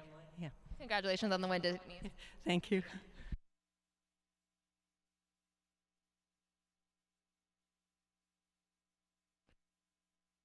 Prices are up. Mountain Sound returns $360 to win, $240 and $210. Second, number 3, Tamina, $330 to place, $270. Third, number 2, Speedy Johnny, $290 to show. $2 exacta, 1-3, $12.20. The $1 try, 132, $15.80. $1 super, 1-3-2-6, $34.15. $2 double, 6-1, $18.20. And the $1 pick 3, $10.35.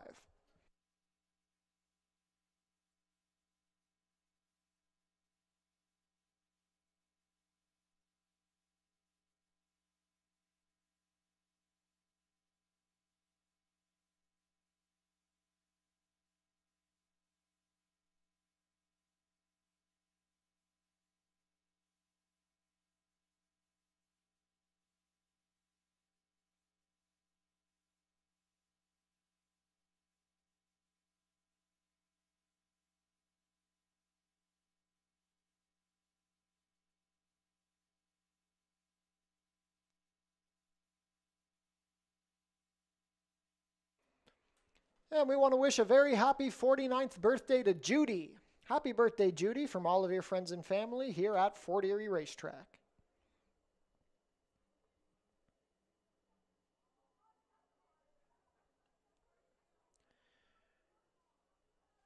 Changes for race 5. We have a rider change on the number 2, Sugar Drop. Make the rider Daisuke Fukumoto. 13 minutes to post for race 5.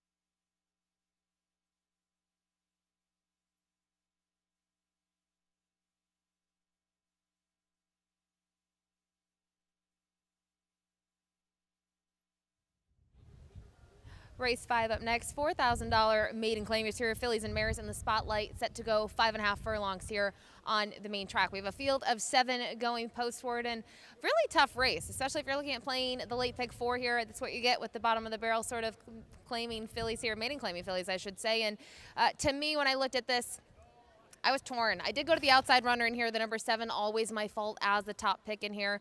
She's a 3-year-old daughter of Big Screen, who we have seen here twice now at Fort Erie, and she enters this race off a career best performance where she was able to finish 3rd. She was beaten by 5 3/4 length, and in terms of how much she was beaten by, it was still a decent margin, but she's never going to catch the top 2 in there. And I think the big thing is she tried to close from off the pace, and certainly her best performance to date here locally on the dirt. I think she's getting back into form, and very curious to see. Kirk Johnson climbs aboard. Has been having a good meet here for himself, but also for trainer Julie Mathis. And I think the big thing is he might be able to get her more forward from the gate.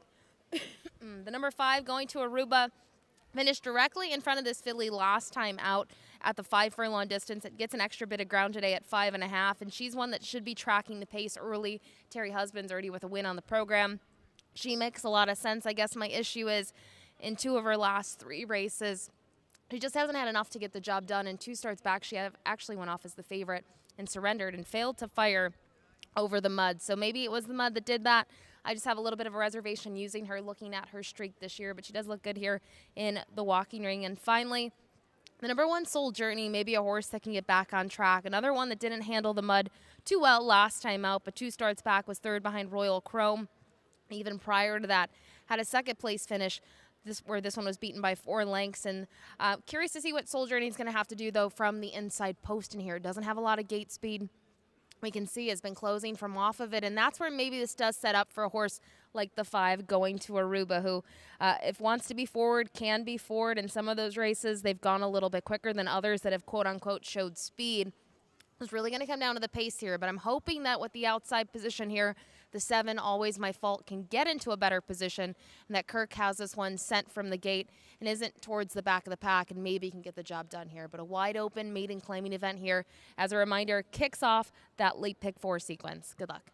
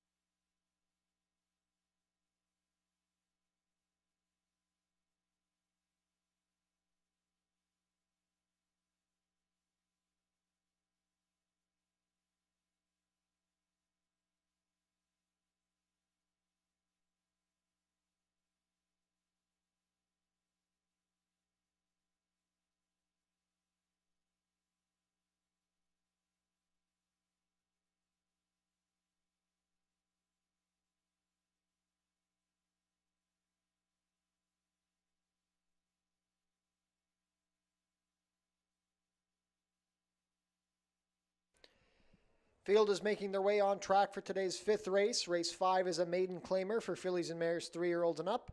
Going for a claiming price of $4,000 down to $3,750, traveling a distance of 5 1/2 furlongs, competing for a purse of $15,000.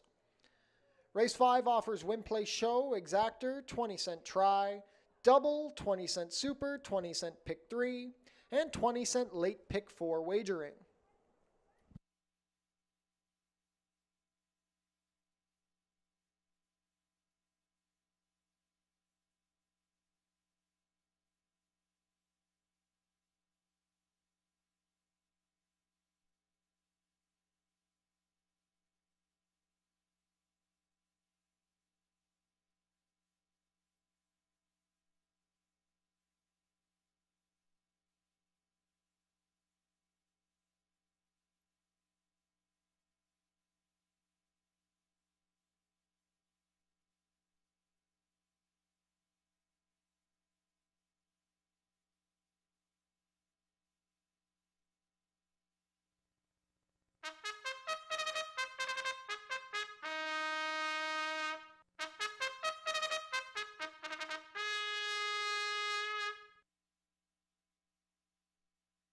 Race 5 post parade number 1 is Soul Journey.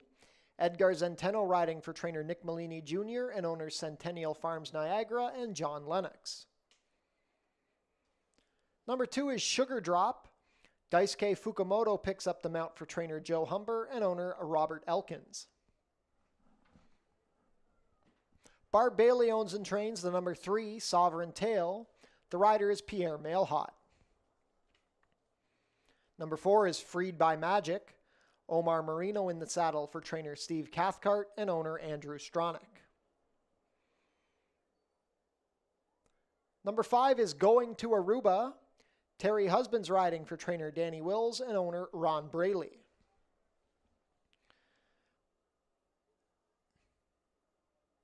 Number 6 is Bamboo's Babe. Alexis Sanchez has the call for trainer Steve Cathcart and owner Andrew Stronach. Completing the field, number 7 is Always My Fault. Kirk Johnson riding for trainer Julie Mathis and owner David Mathis. Late pick 4 wagering offered here in race 5.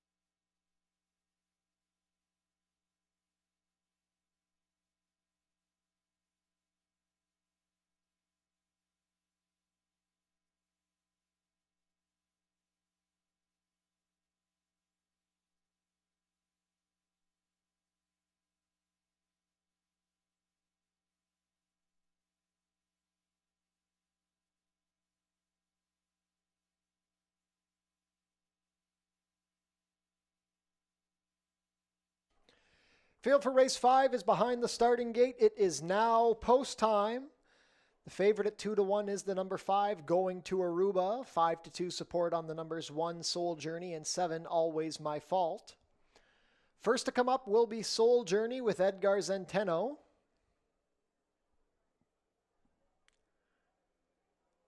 Sugar Drop and Daisuke Fukumoto will have gate 2, but we're still waiting on Soul Journey.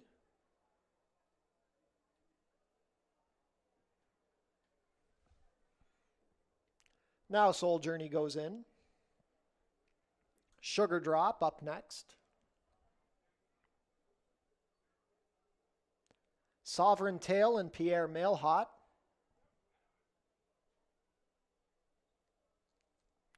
Freed by Magic and Omar Marino.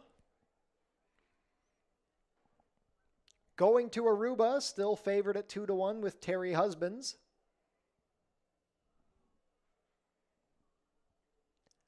Bamboo's Babe and Alexis Sanchez. Last up will be Always My Fault and Kirk Johnson. All set.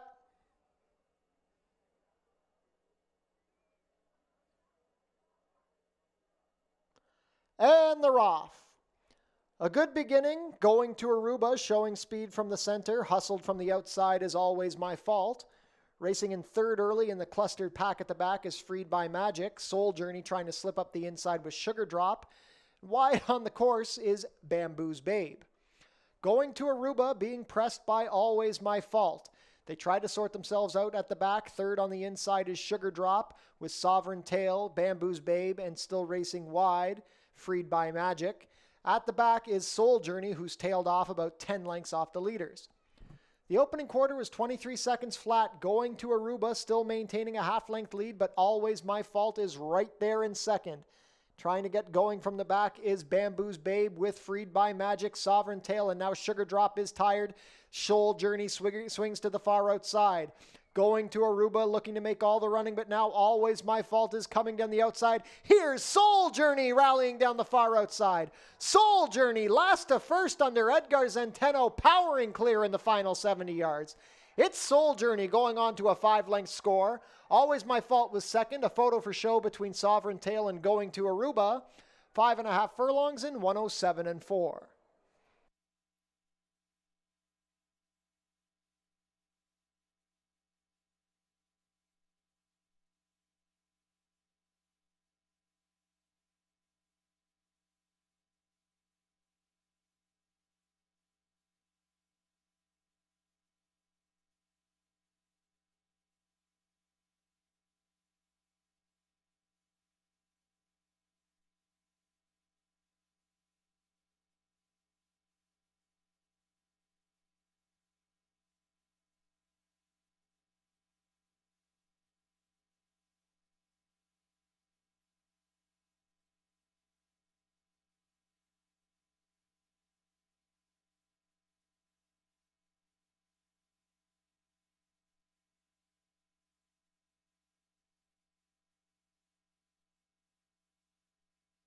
Unofficial in race 5, the winner is number 1, Soul Journey. Second, number 7, Always My Fault. Third was number 3, Sovereign Tail. And fourth, number 5, Going to Aruba. Unofficial race 5 order, 1735.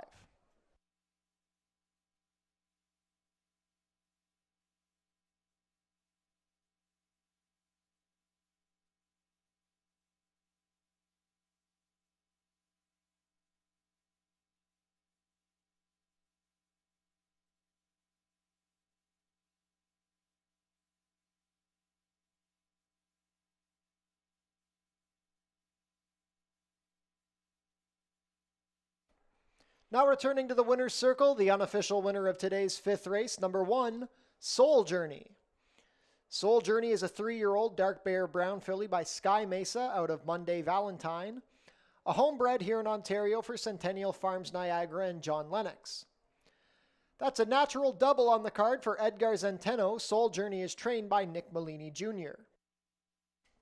Breaking the maiden in attempt number 10, Soul Journey rallies from last to complete the 5 1/2 furlongs in a time of 107.4. Congratulations to the connections of Soul Journey, Hold all tickets until race 5 is made official.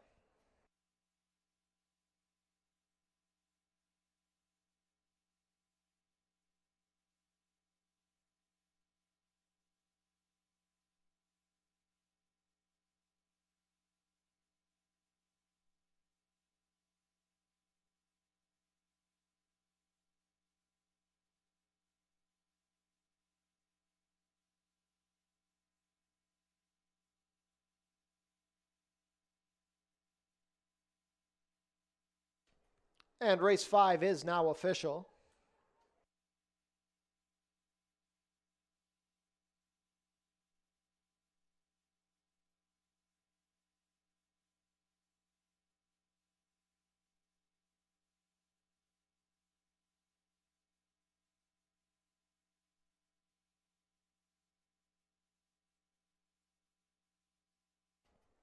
Prices are up. Soul Journey returns $390 to win, $250 and $220. Second, number 7, Always My Fault, $450 to place, $380. Long Shot Sovereign Tail in for third, $13.90 to show. $2 Exacta, 1.7, $21.30. The $1 Try, 173, $279.85. $1 Super, 1735, $874.35. The $2 Double, a pair of ones, $8 even. $1 Pick 3, $14.50. The $1 Early Pick 4, $27.35. And the $1 Early Pick 5, $48.05.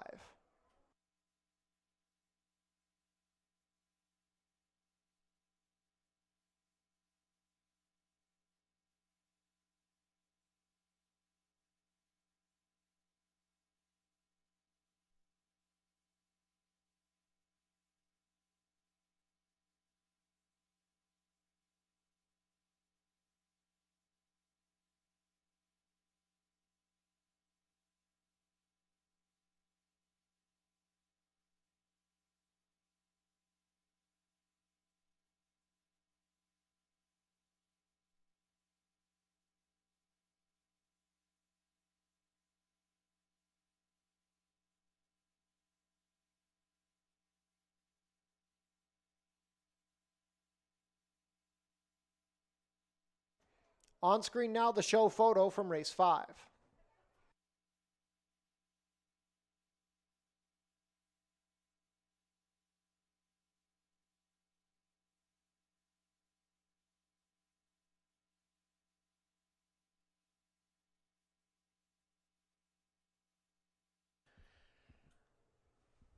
And a reminder, there will be no jackpot high five wagering today. The jackpot high five has been suspended until Prince of Wales Day, Tuesday, September 10th.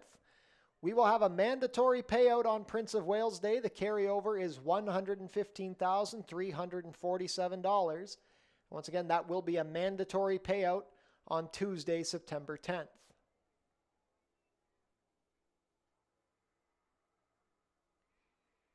Changes for race 6, we have a rider change on the number 1, Vincenzino. Make the rider Terry Husbands. Vet scratch the number 2, Thelonious. 16 minutes to post for race 6.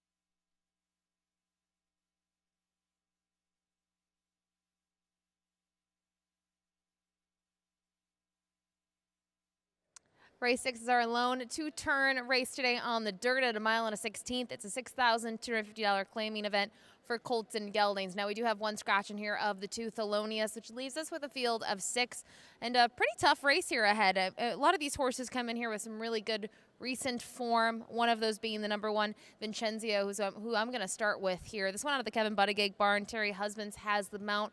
Was a really game winner last time out. Now, that was a race that was originally carted for the turf, moved to the main track at 1.70 miles, and it was by no means, I should say, an easy win for this horse. He really had to battle it out with Dot's Vision all the way around. It was just a tough stretch battle. Both horses ran winning races, but Vincenzino ended up getting the job done, and I thought it was a really nice start for him. His first start since joining the Kevin Buttigieg barn. Prior to that, you can see he had 3 poor showings at Woodbine, but the main thing is the Tapeta. When you go to his races prior to that, they were at Oaklawn Park, and he really fared well considering some of the competition he had at Oaklawn, and one of those races was his second career victory. And look at the Beyer speed figure, a 73 when he was forward. He opened it up on that field by 7.5 in the end, and at Oaklawn, the one thing is big field, so the competition with that purse money on the line is certainly salty, and I thought that was a nice performance. I don't think he liked the Tapeta since then, so with that forward trip last time out on the dirt, we saw that form reversal. I think he figures to be tough in here, draws well with the inside. Other horses to look at, though, the number 7, He's a Shooter. What a performance last time out. He was able to get the win, but the big thing is look at the fractions he set. Wicked fractions, especially to the half in there. 45 and 3. We see that in 6 furlong races, not two-turn races, and he was just much the best, and he's going to stick at this distance today. I don't have any issues with that. His last 2 races have been very strong. 2 starts back, he was just second best, but last time out, he ran considerably well, and he could be tough here with the outside draw. He also has a fair bit of early foot, as we see. He can be very quick, but he doesn't necessarily need the lead. I just think looking at him, he's going to have the lead. He's probably the fastest horse on paper, where Vincenzino will get a good position and should be close to it early on, but not nearly as quick as He's a Shooter. And finally, with the scratch of the 2 Thelonious, had to regroup, figure out who to use underneath, and ultimately went to the 6 Private Lake. This one for Richard Davis, horse that is a 2-time winner this year, and both of those wins have been right here at Fort Erie around 2 turns. They came 2 and 3 starts back. Now, while he was against Lesser in both of those races, he's a horse that if the speed unfolds in front of him, he can get a late run, and that's what he was able to do in his both wins that we've seen so far. But last time out, you look at that performance, he tried to close. They went very quick early on. He's a Shooter was the runner-up, and this runner was just 3rd best in that spot. So yes, He's a Shooter, beat him last time out, and obviously has taken a little bit of a step forward with that next race under his belt. But for Private Lake, I think the big thing that benefits him here is the pace on paper. The fractions should be quick, and I expect him to have something to run at late. Maybe he can get into the top 3 at a minor share. He could be very tough in here as well if the speed is that quick. But nice wide open event here in the 6th for me. We'll see if we can get the number 1 Vincenzino home. Good luck.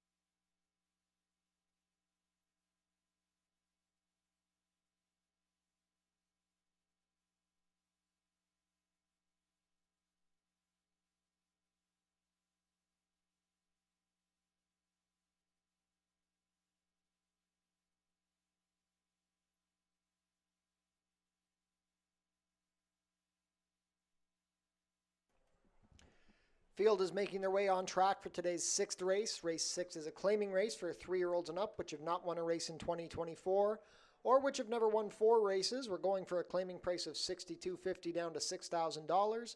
Traveling a distance of 1 mile and 1/16, competing for a purse of $19,800. Race 6 offers win, place, show, exactor, 20-cent try, double, 20-cent super, and 20-cent pick 3 wagering.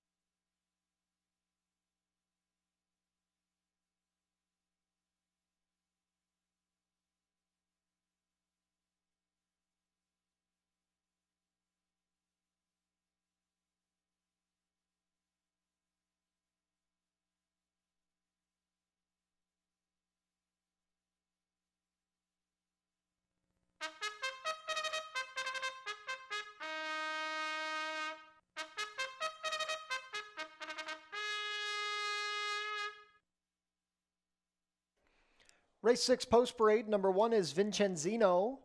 Terry Husbands picks up the mount for trainer Kevin Buttigieg and owner Henley Thoroughbreds Limited. Scratch the 2, number 3 is Capture My Dreams. Tanika Wolf riding for trainer Dale Powell and owner Son of a W Racing LLC. Howard Keene owns and trains the number 4, Bocelli. The rider is Alexis Sanchez. Number 5 is Political. Mark Lee Buchanan riding for trainer Julie Mathis and owner Bruno Schickadans. Number 6 is Private Lake. Edgar Zenteno in the saddle for trainer Richard Davis, who owns in partnership with Catalano and Nazo. Completing the field, number 7, He's a Shooter. Kirk Johnson rides for trainer Julie Mathis and owner Bruno Schickadans. 1 minute to post for race 6, final pick 3 of the day offered here.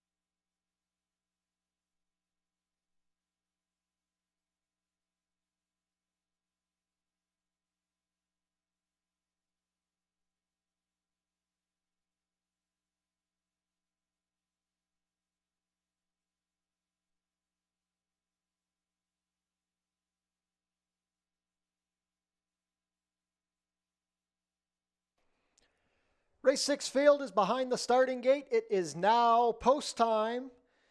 8-5 favorite is the number 1, Vincenzino, who was a winner of his Ford Erie debut on August 20th. Vincenzino, the first to load with Terry Husbands.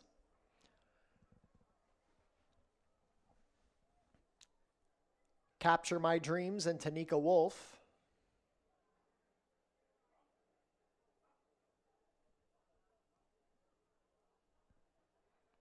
Longshot Bocelli with Alexis Sanchez. Political and Mark Lee Buchanan.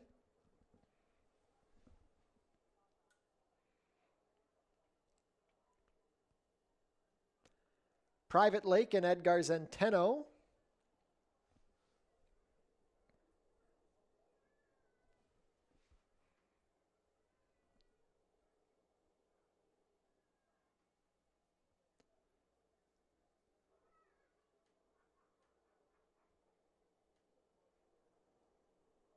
Private Lake steps up. Last in will be He's a Shooter and Kirk Johnson. All set.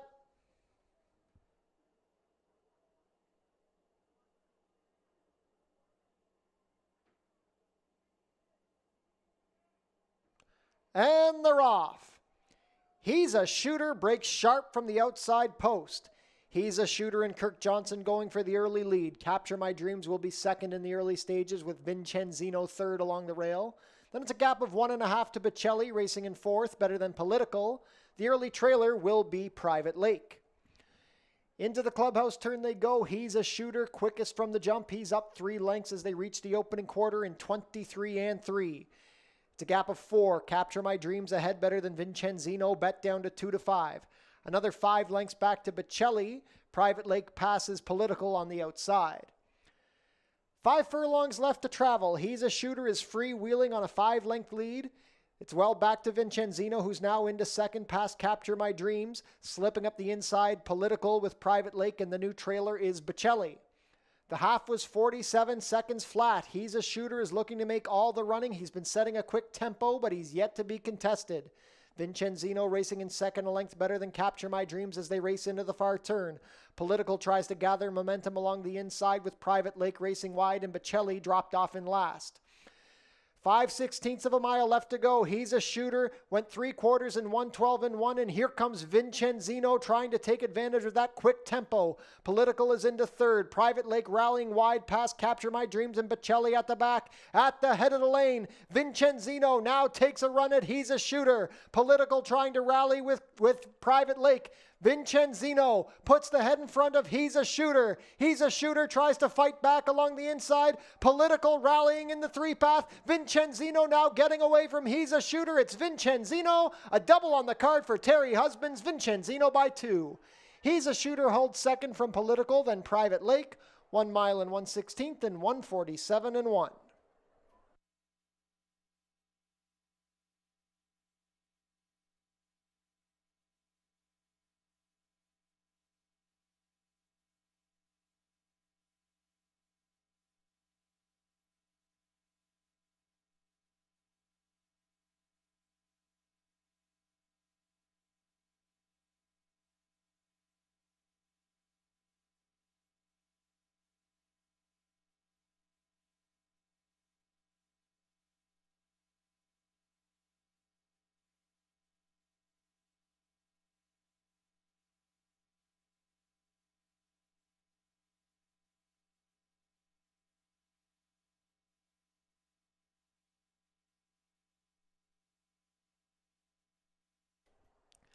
Unofficial in race 6, the winner is number 1, Vincenzino. Second is the 7, He's a Shooter.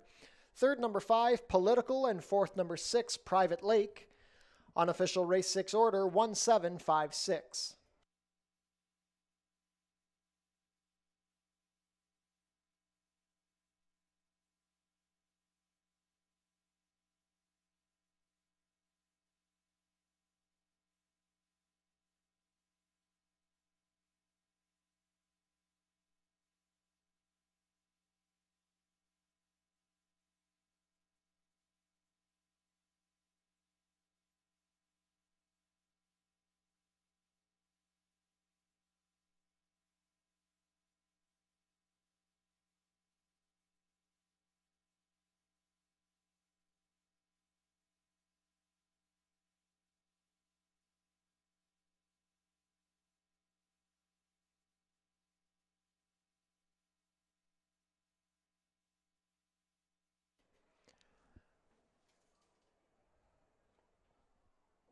Now returning to the winner's circle, the unofficial winner of today's 6th race, number 1, Vincenzino. Vincenzino is a 4-year-old bay gelding by Shaman Ghost out of Holy Cargo, bred here in Ontario by Adina Springs. A riding double today for Terry Husbands. Vincenzino is trained by Kevin Buttigieg for Henley Thoroughbreds Limited. Back-to-back victories for Vincenzino. He doubles up here at the Border Oval, completing the 1 mile and 1/16 distance in a time of 1:47.1. Congratulations to the connections of Vincenzino. Hold all tickets until race 6 is made official.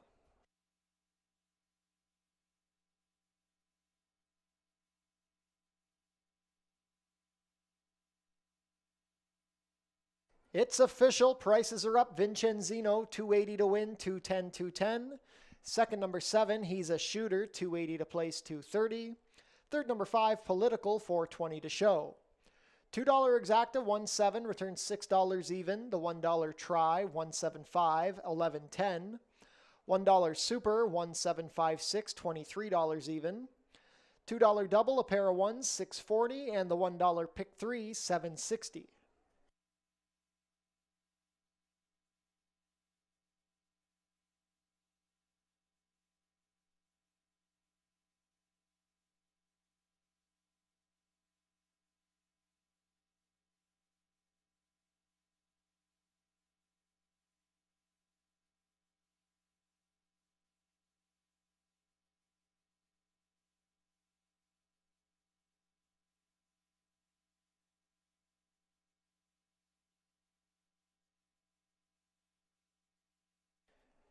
Changes for race 7. We have a rider change on the number 1, Mr. Banjo Man. Make the rider Terry Husbands. 18 minutes to post.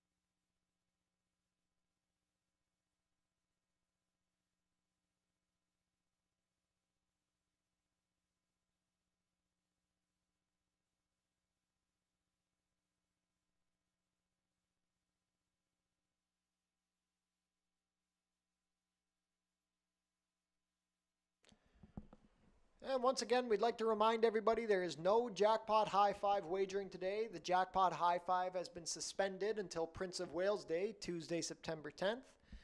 On Prince of Wales Day, we will have a mandatory payout. The carryover is $115,347.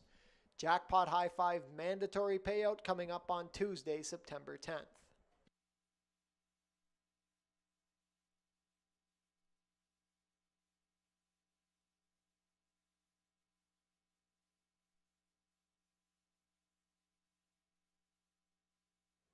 Race 7 up next kicks off the late double-A starter optional claiming event for the boys at 6.5 furlongs here on the main track. And a nice field of 7 going postward. Kick things off here with the number 5, Have to Reload, who's been a little bit of a win machine as of late. When we go to that race, 3 back here, he was a well-meant third. He closed from off of it, but in his last 2, he's been much more forward from the gate, and it's resulted in back-to-back trips to the winner's circle, most recently at this level. And I think last time he got that little bit of that test of class that he needed. He showed that he could hang with this level of competition. He beat Mr. Benjamin, who he faces again, Granger County, a hard-knocking veteran, and his 4-year-old's in really good form right now, and I think in terms of this race, he fits. The big thing is looking at those races 2 back, and more recently, they've been at 6, 6.5, and now we know he can get the 6.5 distance. There's others in here that I think the 6.5 furlong distance, maybe a little bit of a question mark when it's all said and done. So we go to Have to Reload on top. I think the 7 Meito is a little sneaky. Sure, his buyer speed figure last time out is a little soft. He got a 60, but it was going a mile and a 16th, and it was just his second start since April. So he was campaigned this winter at Mahoning Valley in Ohio. He had a slew of races there. They gave him a little time to regroup, tried him on the turf. He didn't handle the surface all that well, but I thought last time out he was a well-meant third. He closed from off of it. He tried throughout. Now he's going to cut back in distance where typically we've seen him go a mile and 70 yards, depending where he's been. And for him, I think 6.5 is interesting. If you go down the page, the last time he went 6.5 furlongs was September 12th, Prince of Wales Day last year. It was in the Lisinkia Massey Cup, and he was a very good second in that race. Look who beat him, Vinny Van Gogh, who had an incredible campaign in 2023. I really just think Meito is a very sneaky horse in this spot on the cutback in distance and making that third start off the layoff. Finally, the number 3, Blue Max, a fresh face here, 240. And a fresh face to the dirt. He's yet to race on the dirt in his career, 35 starts under his belt, and he was second last time out. He closed from off of it to get up, to finish second, to win, so I shouldn't say to win, but to be beaten by a neck. But he was clear of the rest of the field in there. You have to go back 6.25 lengths to the third place finisher in that 9-horse field, and I thought Blue Max raced very well. That was going 7 furlongs on the Tapeta. 6.5, he's going to cut a little back in distance. I don't think the distance is going to be the issue. The question will be the surface. But these connections have done very well this year. They do well when looking for new horses. And we can't forget to mention Edgar Zenteno's had a great day so far with a couple of wins on the program. But for me, go to the 5 on top, followed by the 7, then the 3. Good luck.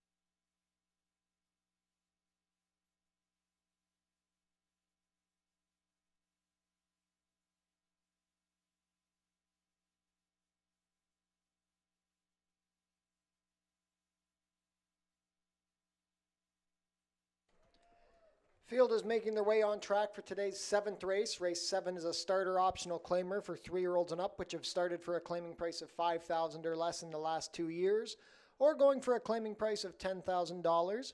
Traveling a distance of 6 1/2 furlongs, competing for a purse of $21,300. Race 7 offers win, place, show, exactor, 20-cent try, double, and 20-cent superfecta wagering.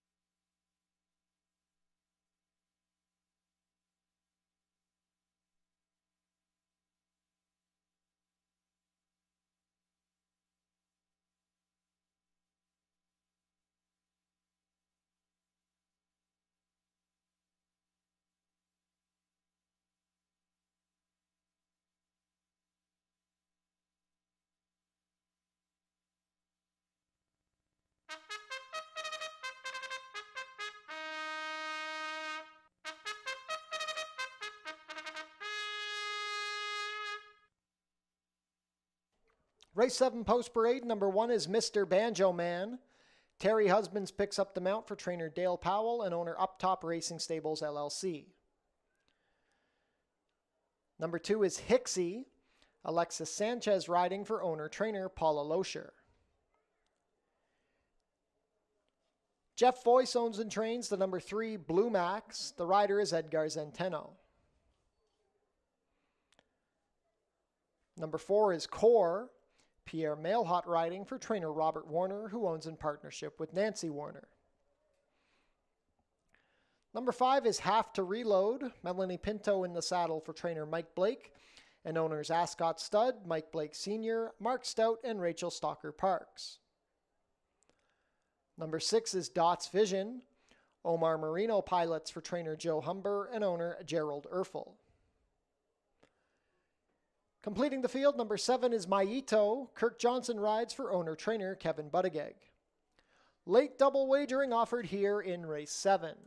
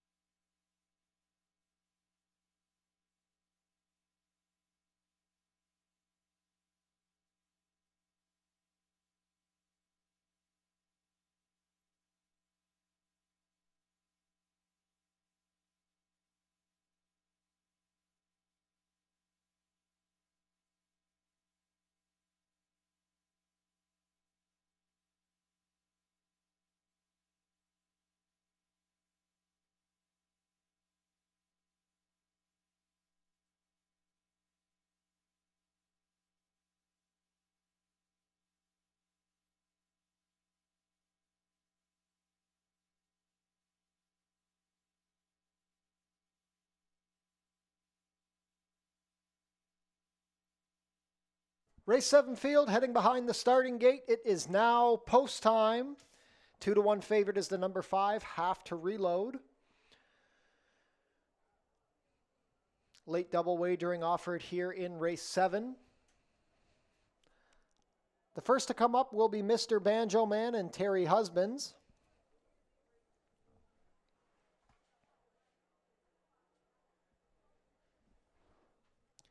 Hixie has been having a solid year here at Fort Erie. Alexis Sanchez aboard.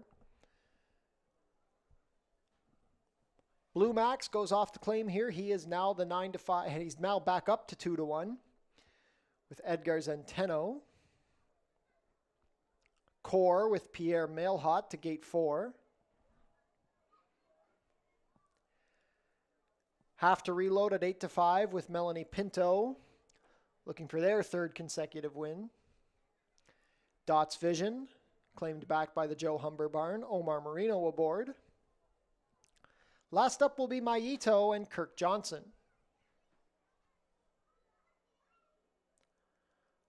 All set. And they're off. A beautiful start. Have to Reload is showing up from the center with Dots Vision up the fence. Mr. Banjo Man looking for the lead with Core racing between horses, but as they race out of the chute and onto the backstretch, Mr. Banjo Man will come out in front. It's Mr. Banjo Man, a length and a quarter. Core is racing in the center of Hixie and Have to Reload. Then at the back are the trio of Maito, Dots Vision, and Blue Max.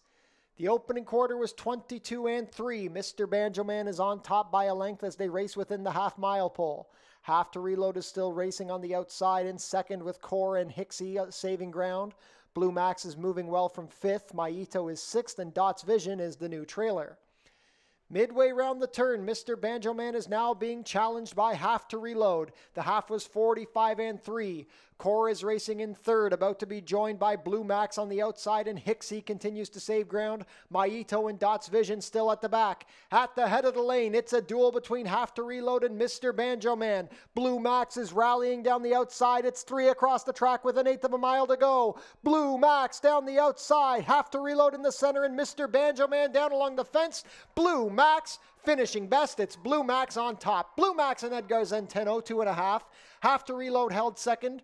Mr. Banjo Man and then Maito, 6.5 furlongs and 1:17-1.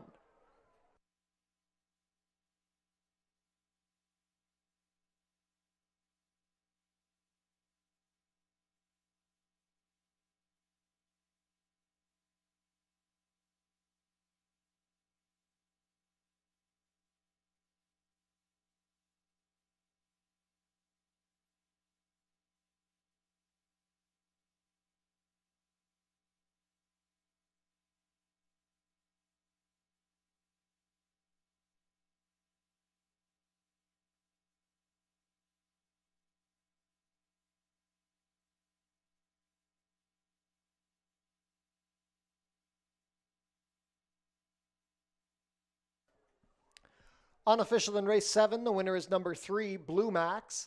Second is the 5, Have to Reload. Third, number 1, Mr. Banjo Man, and fourth, number 7, Maito. Unofficial race 7 order, 3-5-1-7.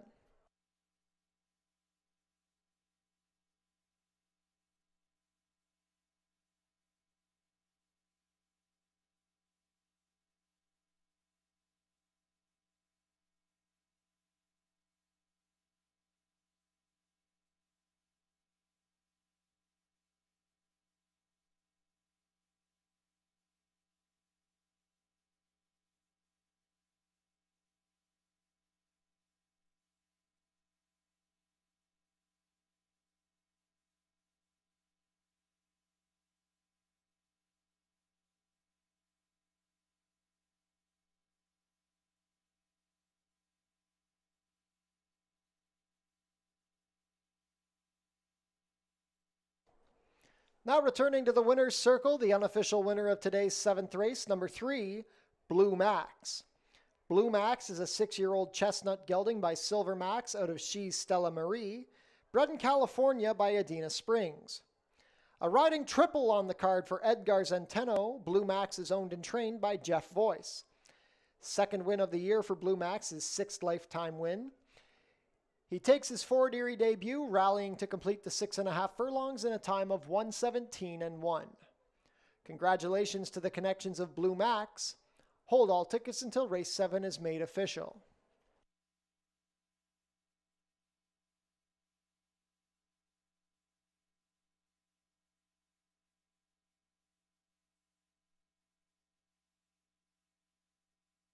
And race 7 is official. Prices are up. Blue Max returns 10-10 to win for $33. Second, number 5, Have to Reload, $270 to place, $220. Third, number 1, Mr. Banjo Man, $340 to show. $2 Exacta, 3.5, $26.30. The $1 Try, 3.51, $48.50. $1 Super, 3.517, $191.15. $2 Double, 1.3, $16.50. And the $1 Pick 3, $19.75.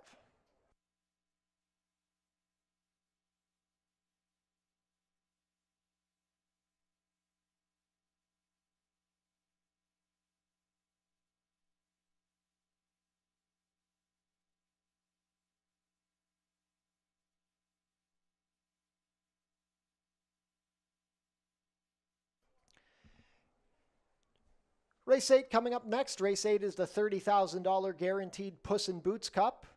We have a couple of rider changes. The number 3, Quarky, will now be ridden by Terry Husbands. And the number 8, Le Grand Garçon, make the rider Mark Lee Buchanan. 19 minutes to post.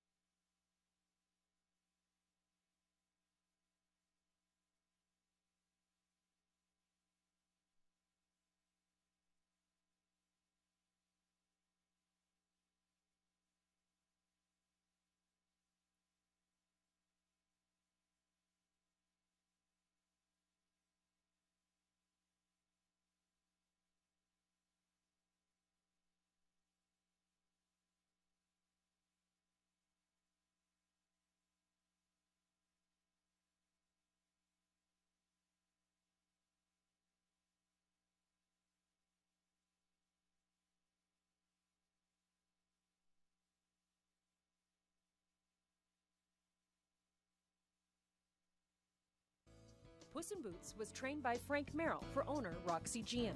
The colt had talent, but he also had a reputation for acting quite unpredictably.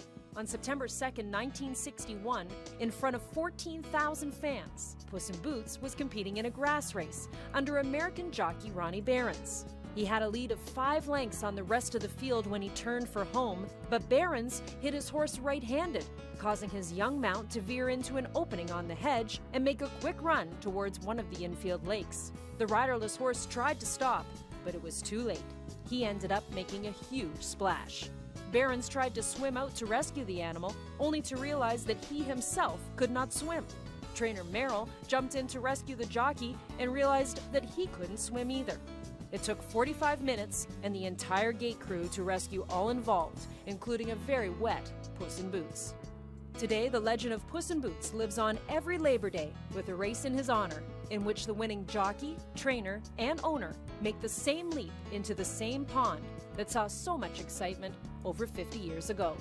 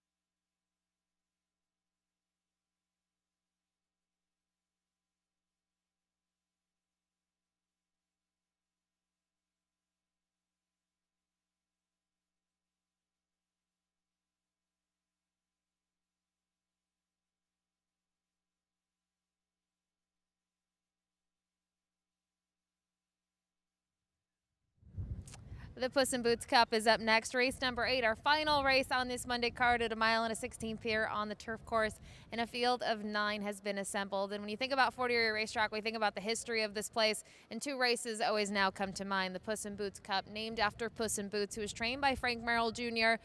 We're actually lucky to have Kim, his daughter, here on site today to present the award here. He's a horse that he obviously had some success here at Fort Erie, but also took a dip on the infield pond. So for those joining us on track and those tuning in, we'll find out shortly who's going to take that swim today after we see who wins this upcoming 8th race. But looking at this field, I think it's a wide open event. I'm actually going to end on the number 4, Wilberforce, as my top pick. He's a horse who, in terms of what he's been able to do in his career, I think his best races have come here on the turf course. When you look at what he did last time out, he ran a huge race up at Woodbine. He was third. He wasn't beaten by much. He faced a pretty tough group there, and he went off at odds of 34-1. Now, prior to that, I thought he had one heck of a run here at Fort Erie. He was able to get up, win quite nicely, and closed from off of it. And there's a couple of things that I like about Wilberforce. I think looking at that win 2 back, he showed something different. We saw him close from off of it once on the dirt last year, but typically on the turf, he was quite forward.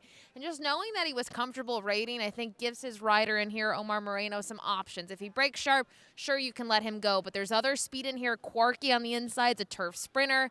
4 Aces High on the outside is a horse that likes to be forward. I think we're going to see a stalking trip from the number 4 Wilberforce, and that probably works out well for him in this spot. Last year, he was the runner-up in this edition. He tried to take them gate to wire, but came up a bit short. And I just wonder now, at the age of 5, if he's just a little different and maybe can take a step forward and get the job done here for his connection. So Wilberforce on top for me, the number 6, Jack the Cat, a big favorite of mine. I've been a fan of this horse for many years now. And looking at him last time out, he was a well-met second. He was just not going to get to 4 Aces High in the end. He was a horse that absolutely loves grass, loves going long. And with that, he's a deep closer. He always needs a little bit of pace help to get the job done. He's lightly raced this year coming into this race. You know, he's only got 3 other starts under his belt. And I just think he's one that could just be getting better with another race under his belt. And I've talked about it. The distance for him is no problem whatsoever. He got settled out here on the walking ring, and he looks very good today. He always carries a lot of weight, but he looks happy and healthy if you ask me. So he's my second pick in here. And finally, I mentioned the horse that beat him last time out, the number 9, 4 Aces High. He was 5-2 on the morning line, taking a ton of play here in these early stages before the betting closes, and rightfully so. He draws the outside in here. He was very game last time out, recorded a 78 Beyer speed figure on our turf course at the mile and a 16th distance, and he was happy sitting off the pace setter early on. And then when he wanted the lead, he took it. He took it with authority and drew clear to win. He's going to face some of those horses once again. And you just wonder, for a horse that was trying something new for the first time, he was stretching out around 2 turns last time out for the first time ever in his career at the age of 8. The way that he handled it so nicely, you wonder if now second time going long, if he could take even another step forward. And I don't know how big of a step forward he would even need to win. He was very impressive last time out, but I'm going to try to beat him here. Thought the other horses might offer a little bit more upside and a little bit more value. So for me, the 4, Wilberforce on top by the 6, Jack the Cat. And finally, the number 9, 4 Aces High. It's the Puss in Boots Cup. It's our nightcap. Good luck.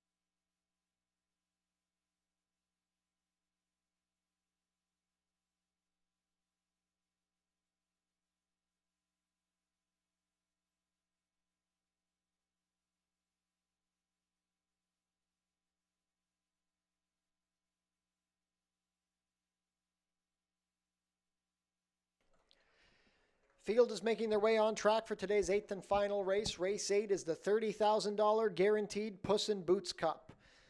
We're going 1 mile and 1/16 over the turf course. This is for 3-year-olds and up, which have started at Fort Erie 2 times or more in 2024. Race 8 offers win, place, show, exactor, 20-cent try, and 20-cent superfecta wagering.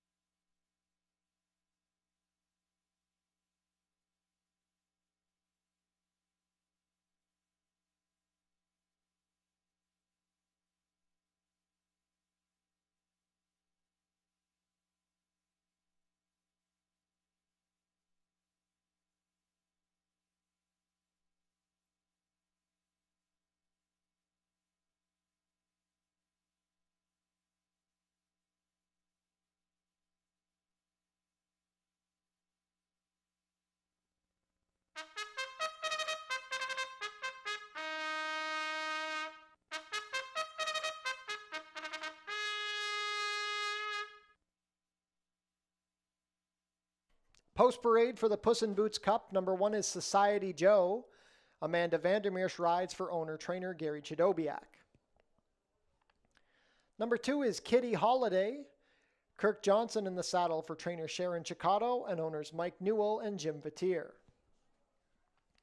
Number 3 is Corky. Terry Husbands picks up the mount for trainer Julie Mathis and owner Alicia Robillard. Number 4 is Wilberforce. Omar Marino riding for trainer Sharon Chicato, who owns in partnership with Vino Bahari. Number 5 is Glitter Bay. Brandon Boulanger in the saddle for trainer Louis Cappy and owner Princess Stables. Number 6 is Jack the Cat. Pierre Mailhot rides, Robert Warner trains, and part owns with Nancy Warner.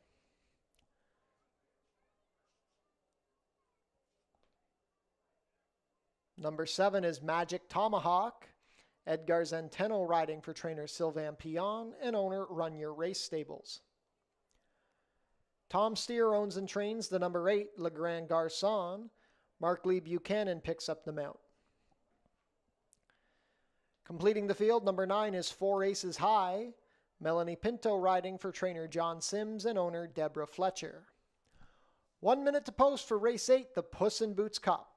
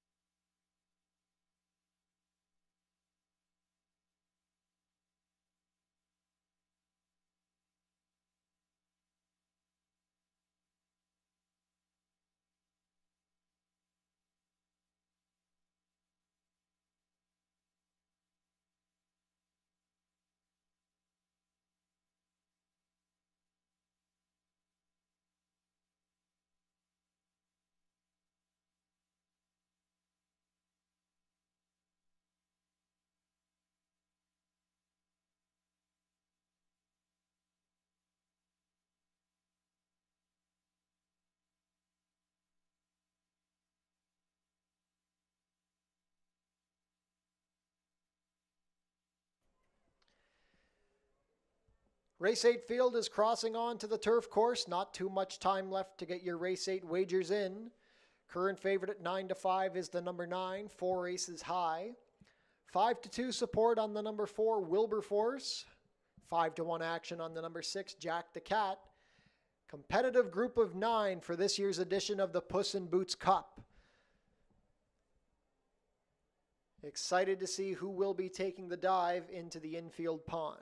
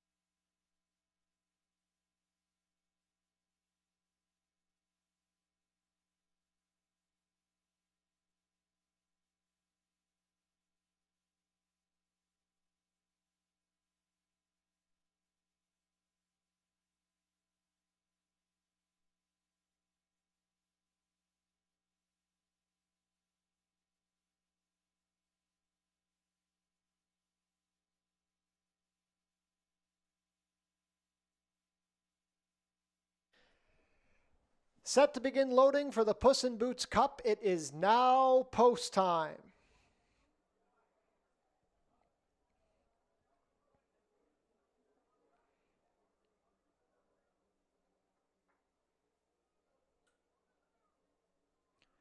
First to load will be Society Joe and Amanda Vandermeersch.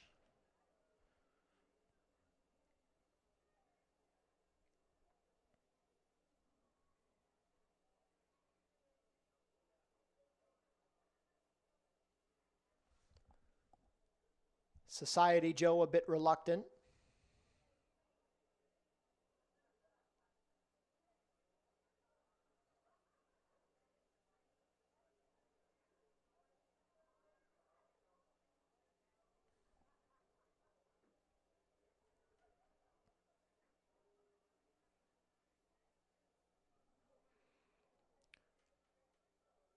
Society Joe inching closer to the gate, but still not keen on going in.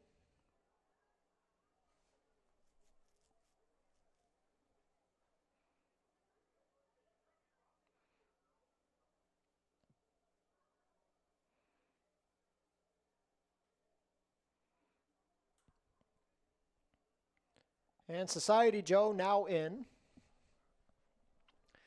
Next to load will be Kitty Holiday, a last out winner. Kirk Johnson aboard.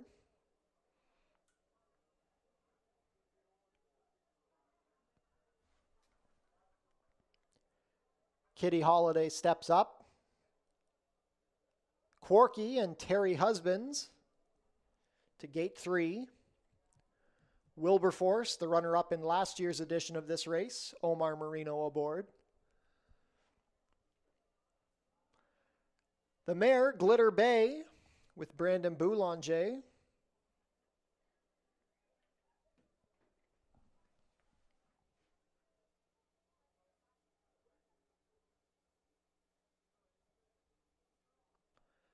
Glitter Bay comes up.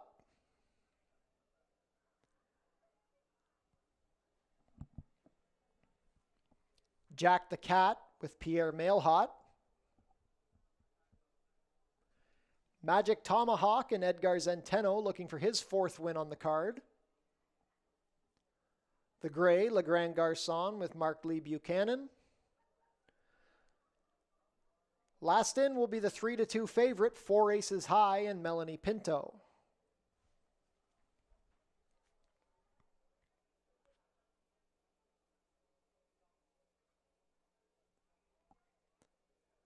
Four Aces High.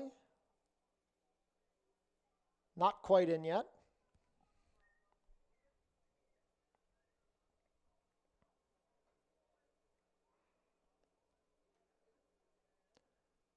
The rest wait patiently.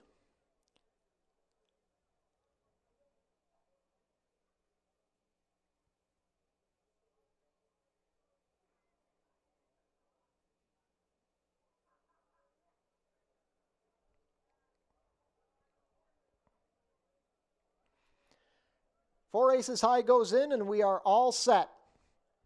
And they're off in the Puss in Boots Cup. Quirky straight to the lead from the 3-hole with Glitter Bay second. Four Aces High looking for position from the far outside. Kitty Holiday in a tracking spot from the inside. Then we have Magic Tomahawk. Along the fence, Society Joe. Wilberforce is going to settle towards the back with Jack the Cat. The early trailer will be Le Grand Garçon, but as they race into the clubhouse turn, it is Quirky and Terry Husbands leading the charge. The opening quarter was a sensible 24 seconds flat. Into second on the inside is Society Joe. Kitty Holiday racing between horses with Four Aces High 3 deep. Then it's a gap of 4 lengths to Glitter Bay, who's racing on the outside of Wilberforce. A length back to Jack the Cat, 2 more to Magic Tomahawk, and Le Grand Garçon still at the back. It's 13 lengths front to back. Quirky still leads the way past a half in 48 and 3. Four Aces High is into second in the 3 path, a neck better than Kitty Holiday and Society Joe. Glitter Bay still racing in 5th. Wilberforce bides his time in 6th, still racing a length better than Jack the Cat. Then we have 2 more lengths to Magic Tomahawk, and Le Grand Garçon still trails the way. It is Quirky now being pressured by Four Aces High. Society Joe well spotted in 3rd, trying to pull off an upset 3/4 and 113 flat. Glitter Bay angles to the outside. Wilberforce up the fence. Quirky still maintaining the lead. Four Aces High right there. Society Joe on heels from 3rd, now angles out. 3 across the track with 1/8 of a mile to go. Quirky looking to go gate to wire. Four Aces High right there. Society Joe splitting horses. Society Joe at 40-1 with Amanda Vandermeersch wins the Puss in Boots Cup. It's Society Joe. Four Aces High, then Quirky and Wilberforce. 1 mile and 1/16 and 145 flat.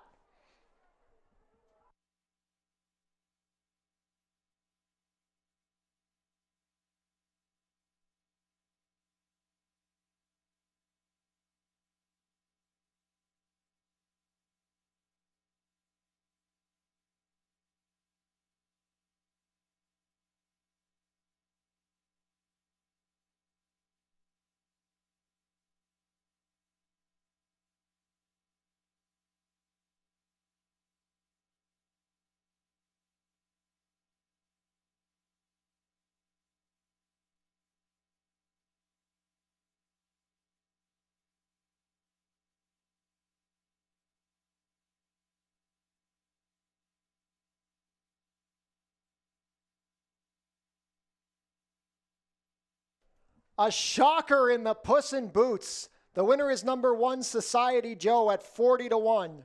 Second, number 9, Four Aces High. Third, number 3, Quirky. And fourth, number 4, Wilberforce. Unofficial race 8 order, 1934.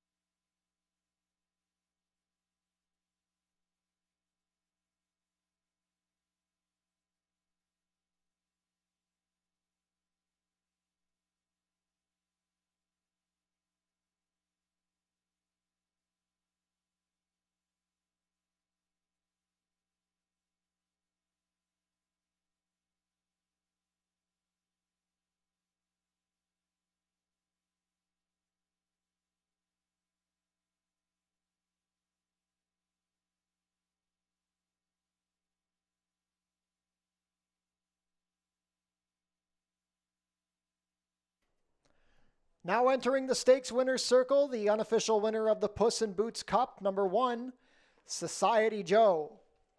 Society Joe is a 7-year-old bay gelding by Society's chairman out of John Jack, bred here in Ontario by RMC Stable. Ridden to victory today by Amanda Vandermeer, Society Joe is owned and trained by Gary Chidobiak. Society Joe earns his 6th lifetime win today, a 40-1 stunner here in the Puss in Boots Cup. Congratulations to the connections of Society Joe. Hold all tickets until race 8 is made official. And it is official. $86.10 to win on Society Joe. $27.70 to place, $13.90 to show. Second, number 9, 4 races high, $4.70 to place, $3.80. Third, number 3, Quirky, $8.20 to show. $2 exacta, $1.9, $387.20. The $1 try, $1.93. $2,142.50. $1 super, $1,934. $6,556.15. The $2 late double, 3-1, $560.50. $1 pick 3, $593.30. $1 late pick 4, $1,175.70. And the $1 late pick 5, $2,343.35.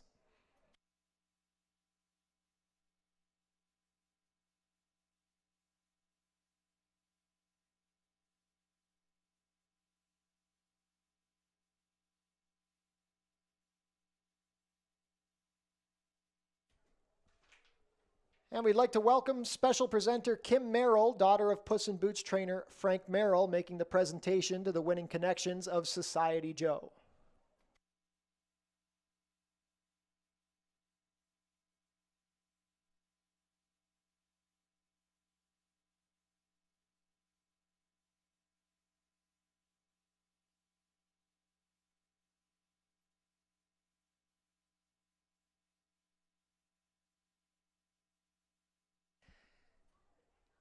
And now heading downstairs to Ashley Mayu, who's on hand with the winning connections of Society Joe. A major upset here in the Puss in Boots Cup. Society Joe had the rail in here, makes it a winning trip. Longest shot on the board, he's got one eye. Amanda Vandermeer's winning jockey here. Amanda, take us a little bit through your trip here. We're closing from off of it. Well, to be honest with you, he kind of missed the break a little bit, and I didn't think we were going to get as close as where I wanted to be, but the rail stayed open, so I put him up there, sat him where he wanted to be, and he did the rest. This year, you've ridden a fair bit for Gary. How special is it to get this win for him today? It's really special, and I mean, even on this horse, too. I rode him in the past and got a win on him back, I think, 2 years ago now. He's always been special to me, too. He always tries, especially with the one eye. He's got his challenges, but he always comes through. Gary, we'll talk to you next. Gary Chidobiak, a winning trainer here. Society Joe, just his second start now in your barn. Were you expecting this huge of an effort today? Yeah, you know what? He ran a good race down at Woodbine in a starter 5, claimer 10. First of all, I want to thank Teddy Holder in Toronto. He helped me out to have this horse. Okay, means a lot to me. Thank you, Ted. And yeah, you know what? The first start was, one of those ones you learn something from, and the second start we applied what we learned from the first start. And I'm not surprised he won, but I'm crazy happy. My next question. Super, super great ride by Amanda, of course. My next question is, how is your swimming skills? Do you have good swimming skills?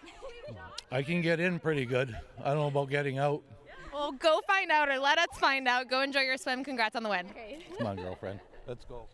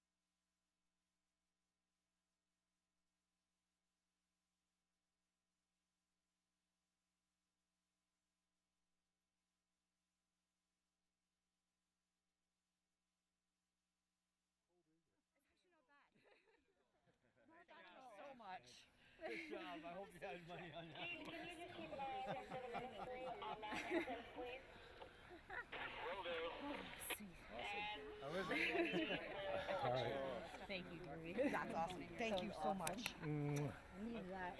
Nice. You got warm out too for them. Thank you. That was amazing. He's a cool horse. Yeah, I see. If there wasn't a current going out, I wouldn't. That's why my father. Is the water cold? No, it's just right.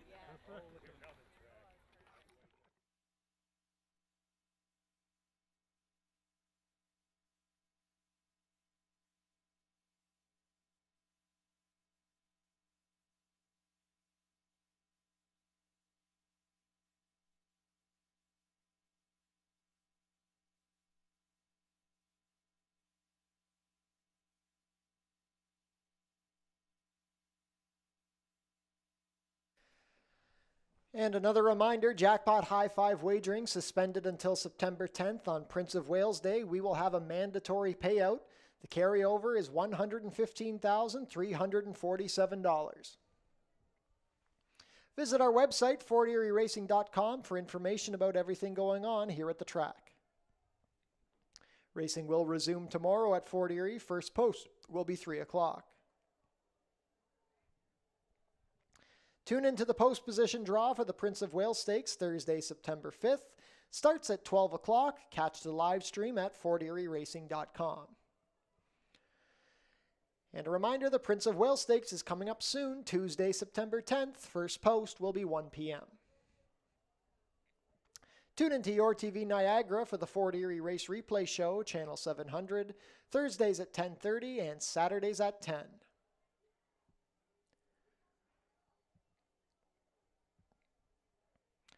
And that concludes the Labor Day racing here at Fort Erie Racetrack. We want to thank everybody for joining us here today. Big congratulations to the winners of our Cup races. Jockeys Edgar Zenteno and Amanda Vandermeersch, and trainers John Sims and Gary Chidobiak. Congratulations and great work to all. We will be back tomorrow at Fort Erie. First post will be 3 p.m. Enjoy the rest of your Labor Day Monday.